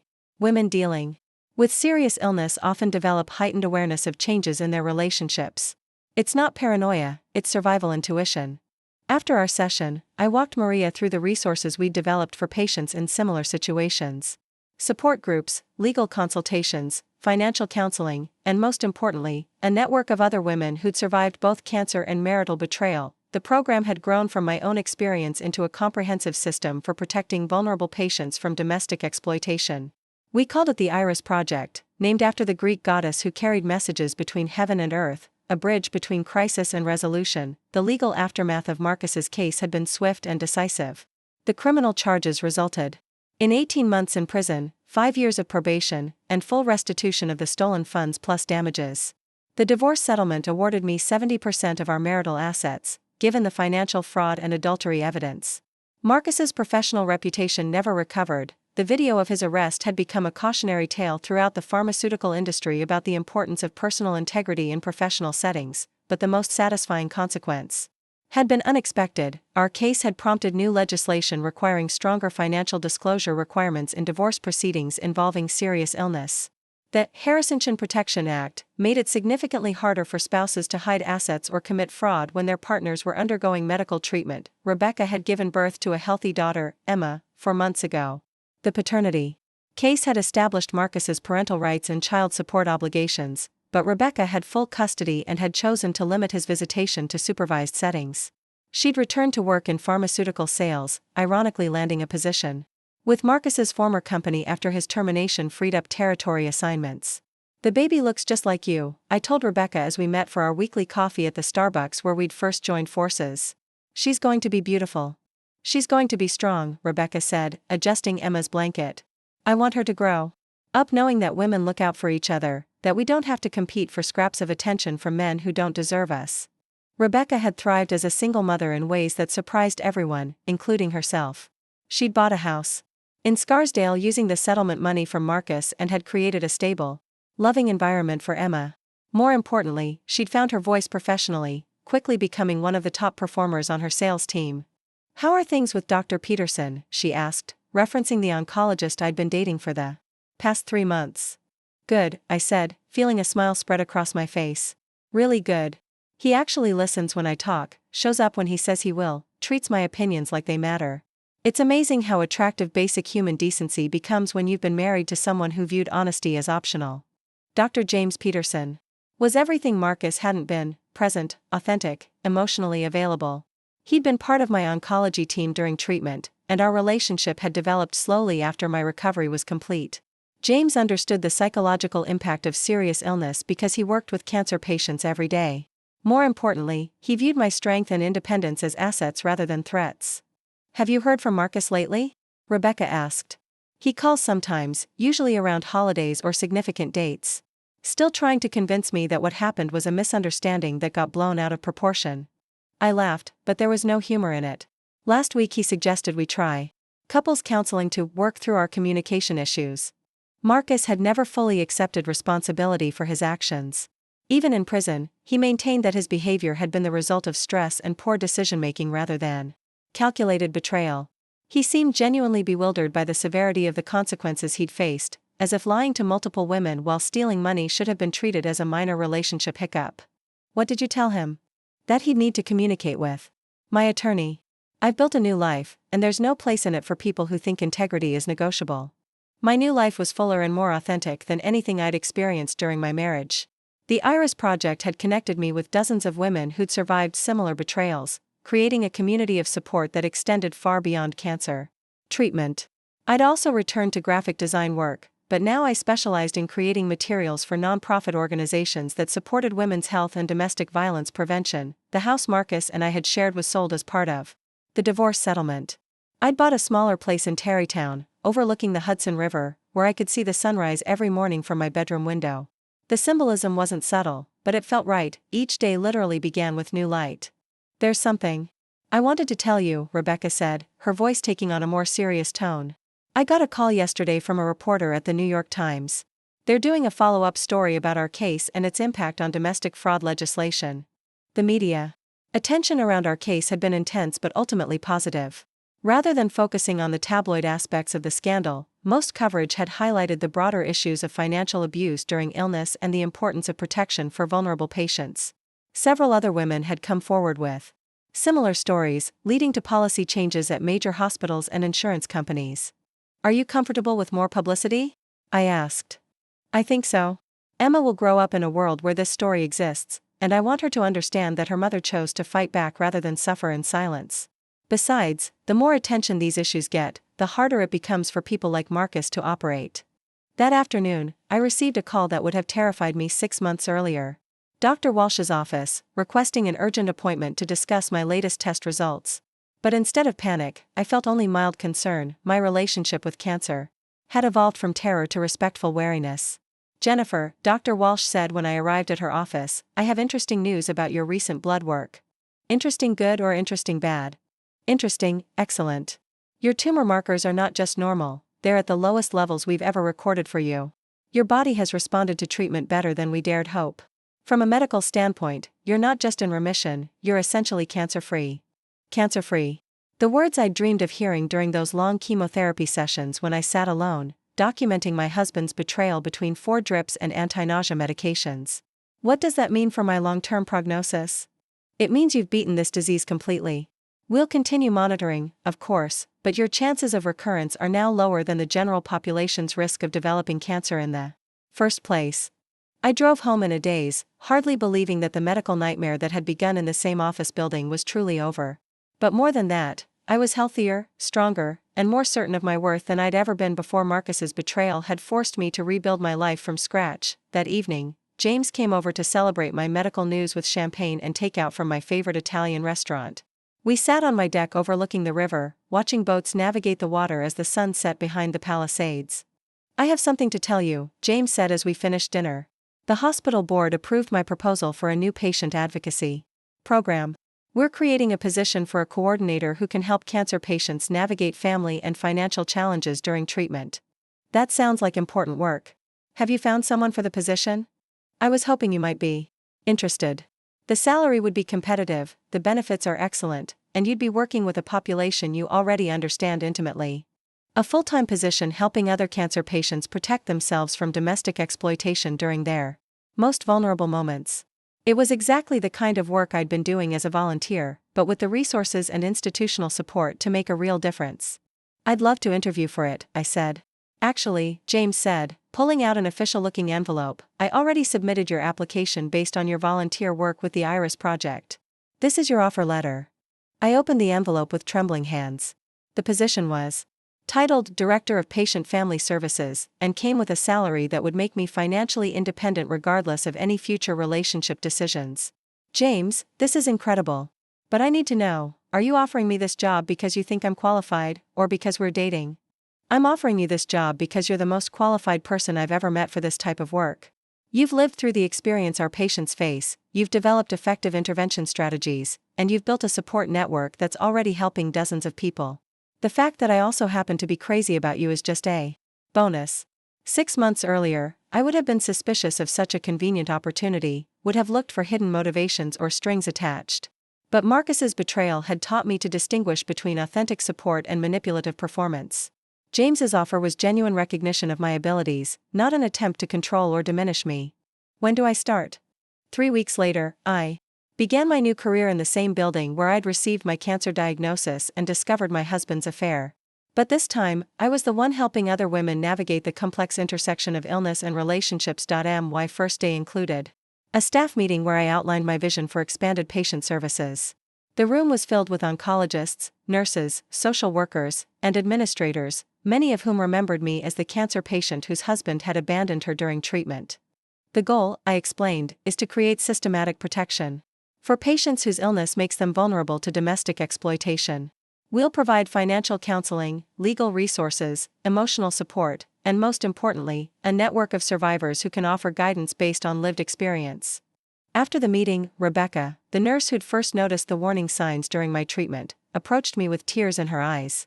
I've been working in oncology for 15 years, she said, and I've seen so many patients struggle with family problems during treatment. Having someone like you here, someone who's been through it and came out stronger, it's going to change everything for our patients. That afternoon, I met with my first official client, Maria Santos, the teacher whose husband's suspicious behavior had prompted her initial consultation.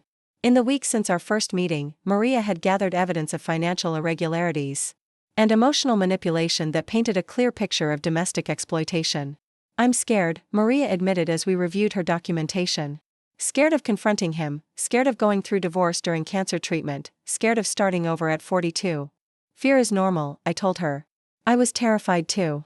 But staying in a situation where someone is taking advantage of your illness is more dangerous than facing the unknown.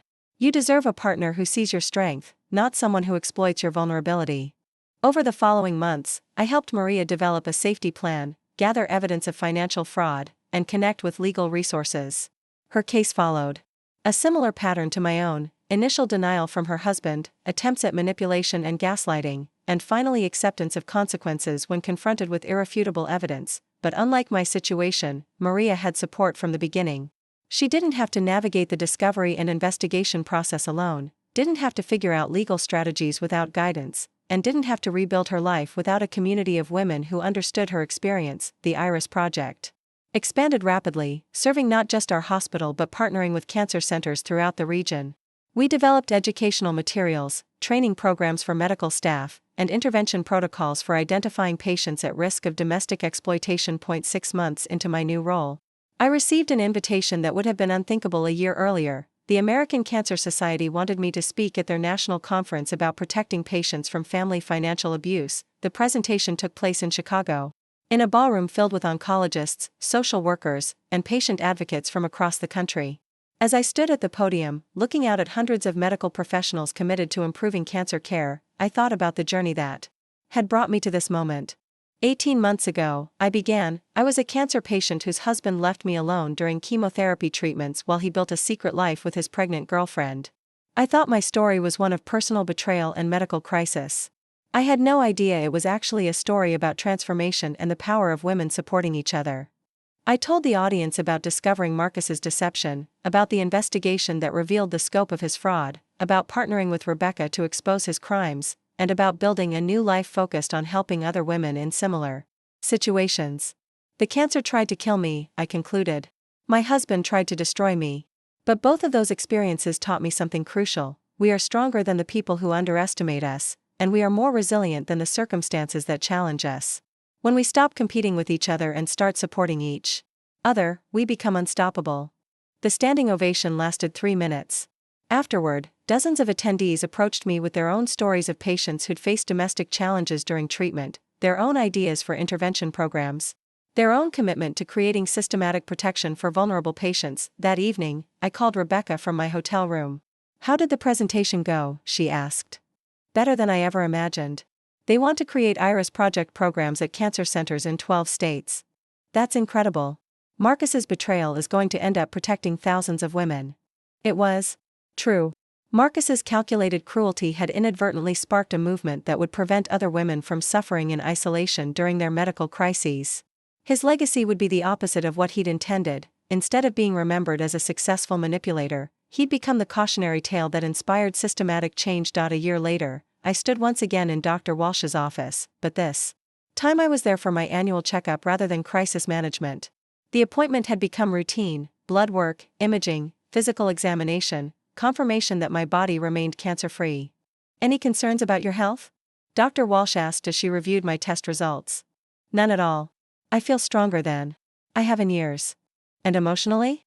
How are you adjusting to all the changes in your life?" I thought about the question seriously. In the past 2 years, I'd survived cancer, discovered and exposed my husband's elaborate betrayal, rebuilt my career around helping other women, and found a relationship based on mutual respect rather than careful performance. "I'm happier than I've ever been," I said, surprised by the truth of that statement. "I know that sounds strange, given everything that happened, but I feel like I finally know who I am and what I'm capable of." "That doesn't sound strange at all. Crisis has a way of revealing strength we didn't know we possessed." That afternoon, I drove to the Riverside Gardens apartment complex where Marcus had maintained his secret life with Rebecca. The building looked exactly the same, but my relationship to it had changed completely.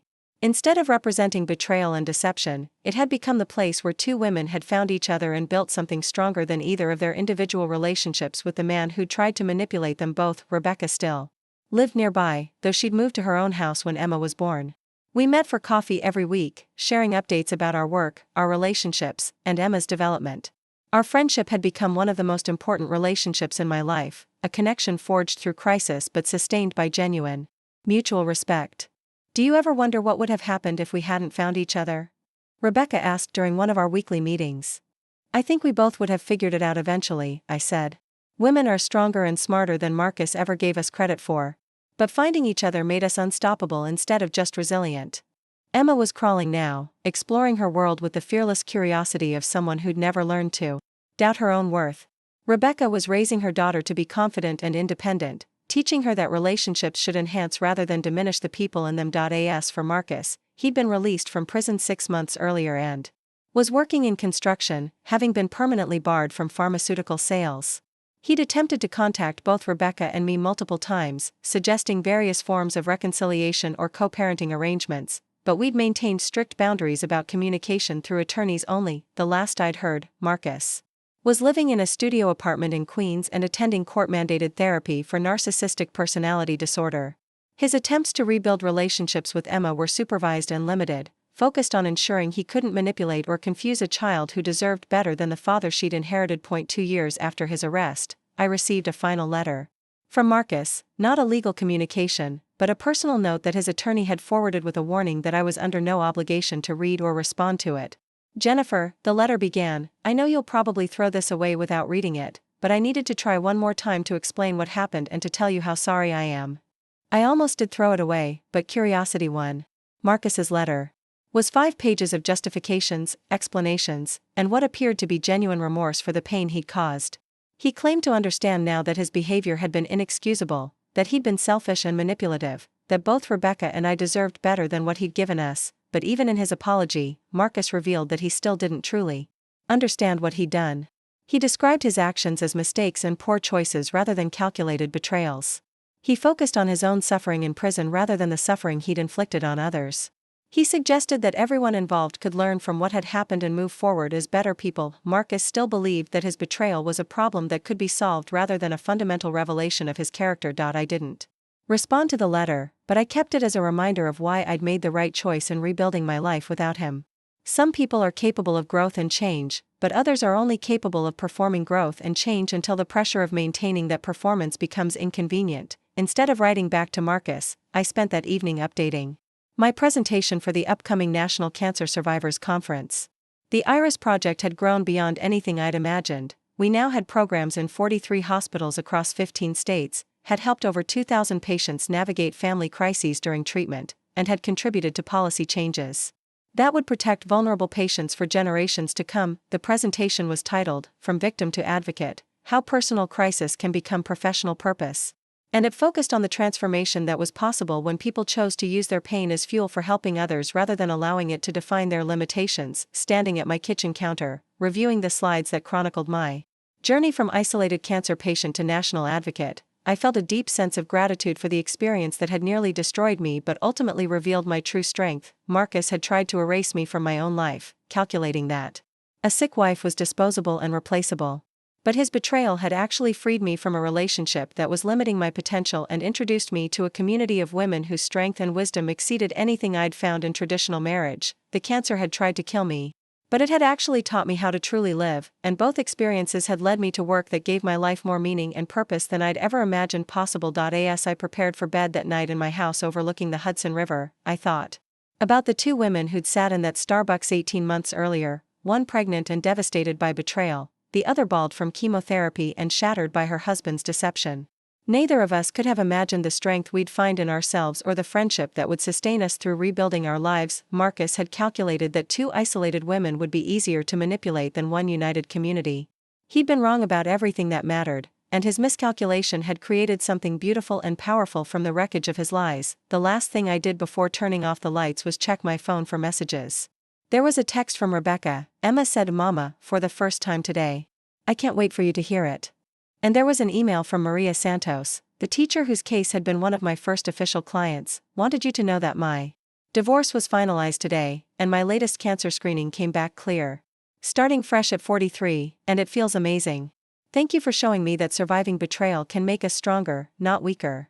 I smiled, turned off the phone, and settled into sleep with the deep contentment that comes from knowing your life has meaning beyond your own happiness. Marcus had tried to convince me that I was weak, dependent, grateful for whatever scraps of attention he chose to provide. He'd been wrong about everything. I was strong, independent, and committed to ensuring that no other woman would face cancer treatment alone while her partner betrayed her trust.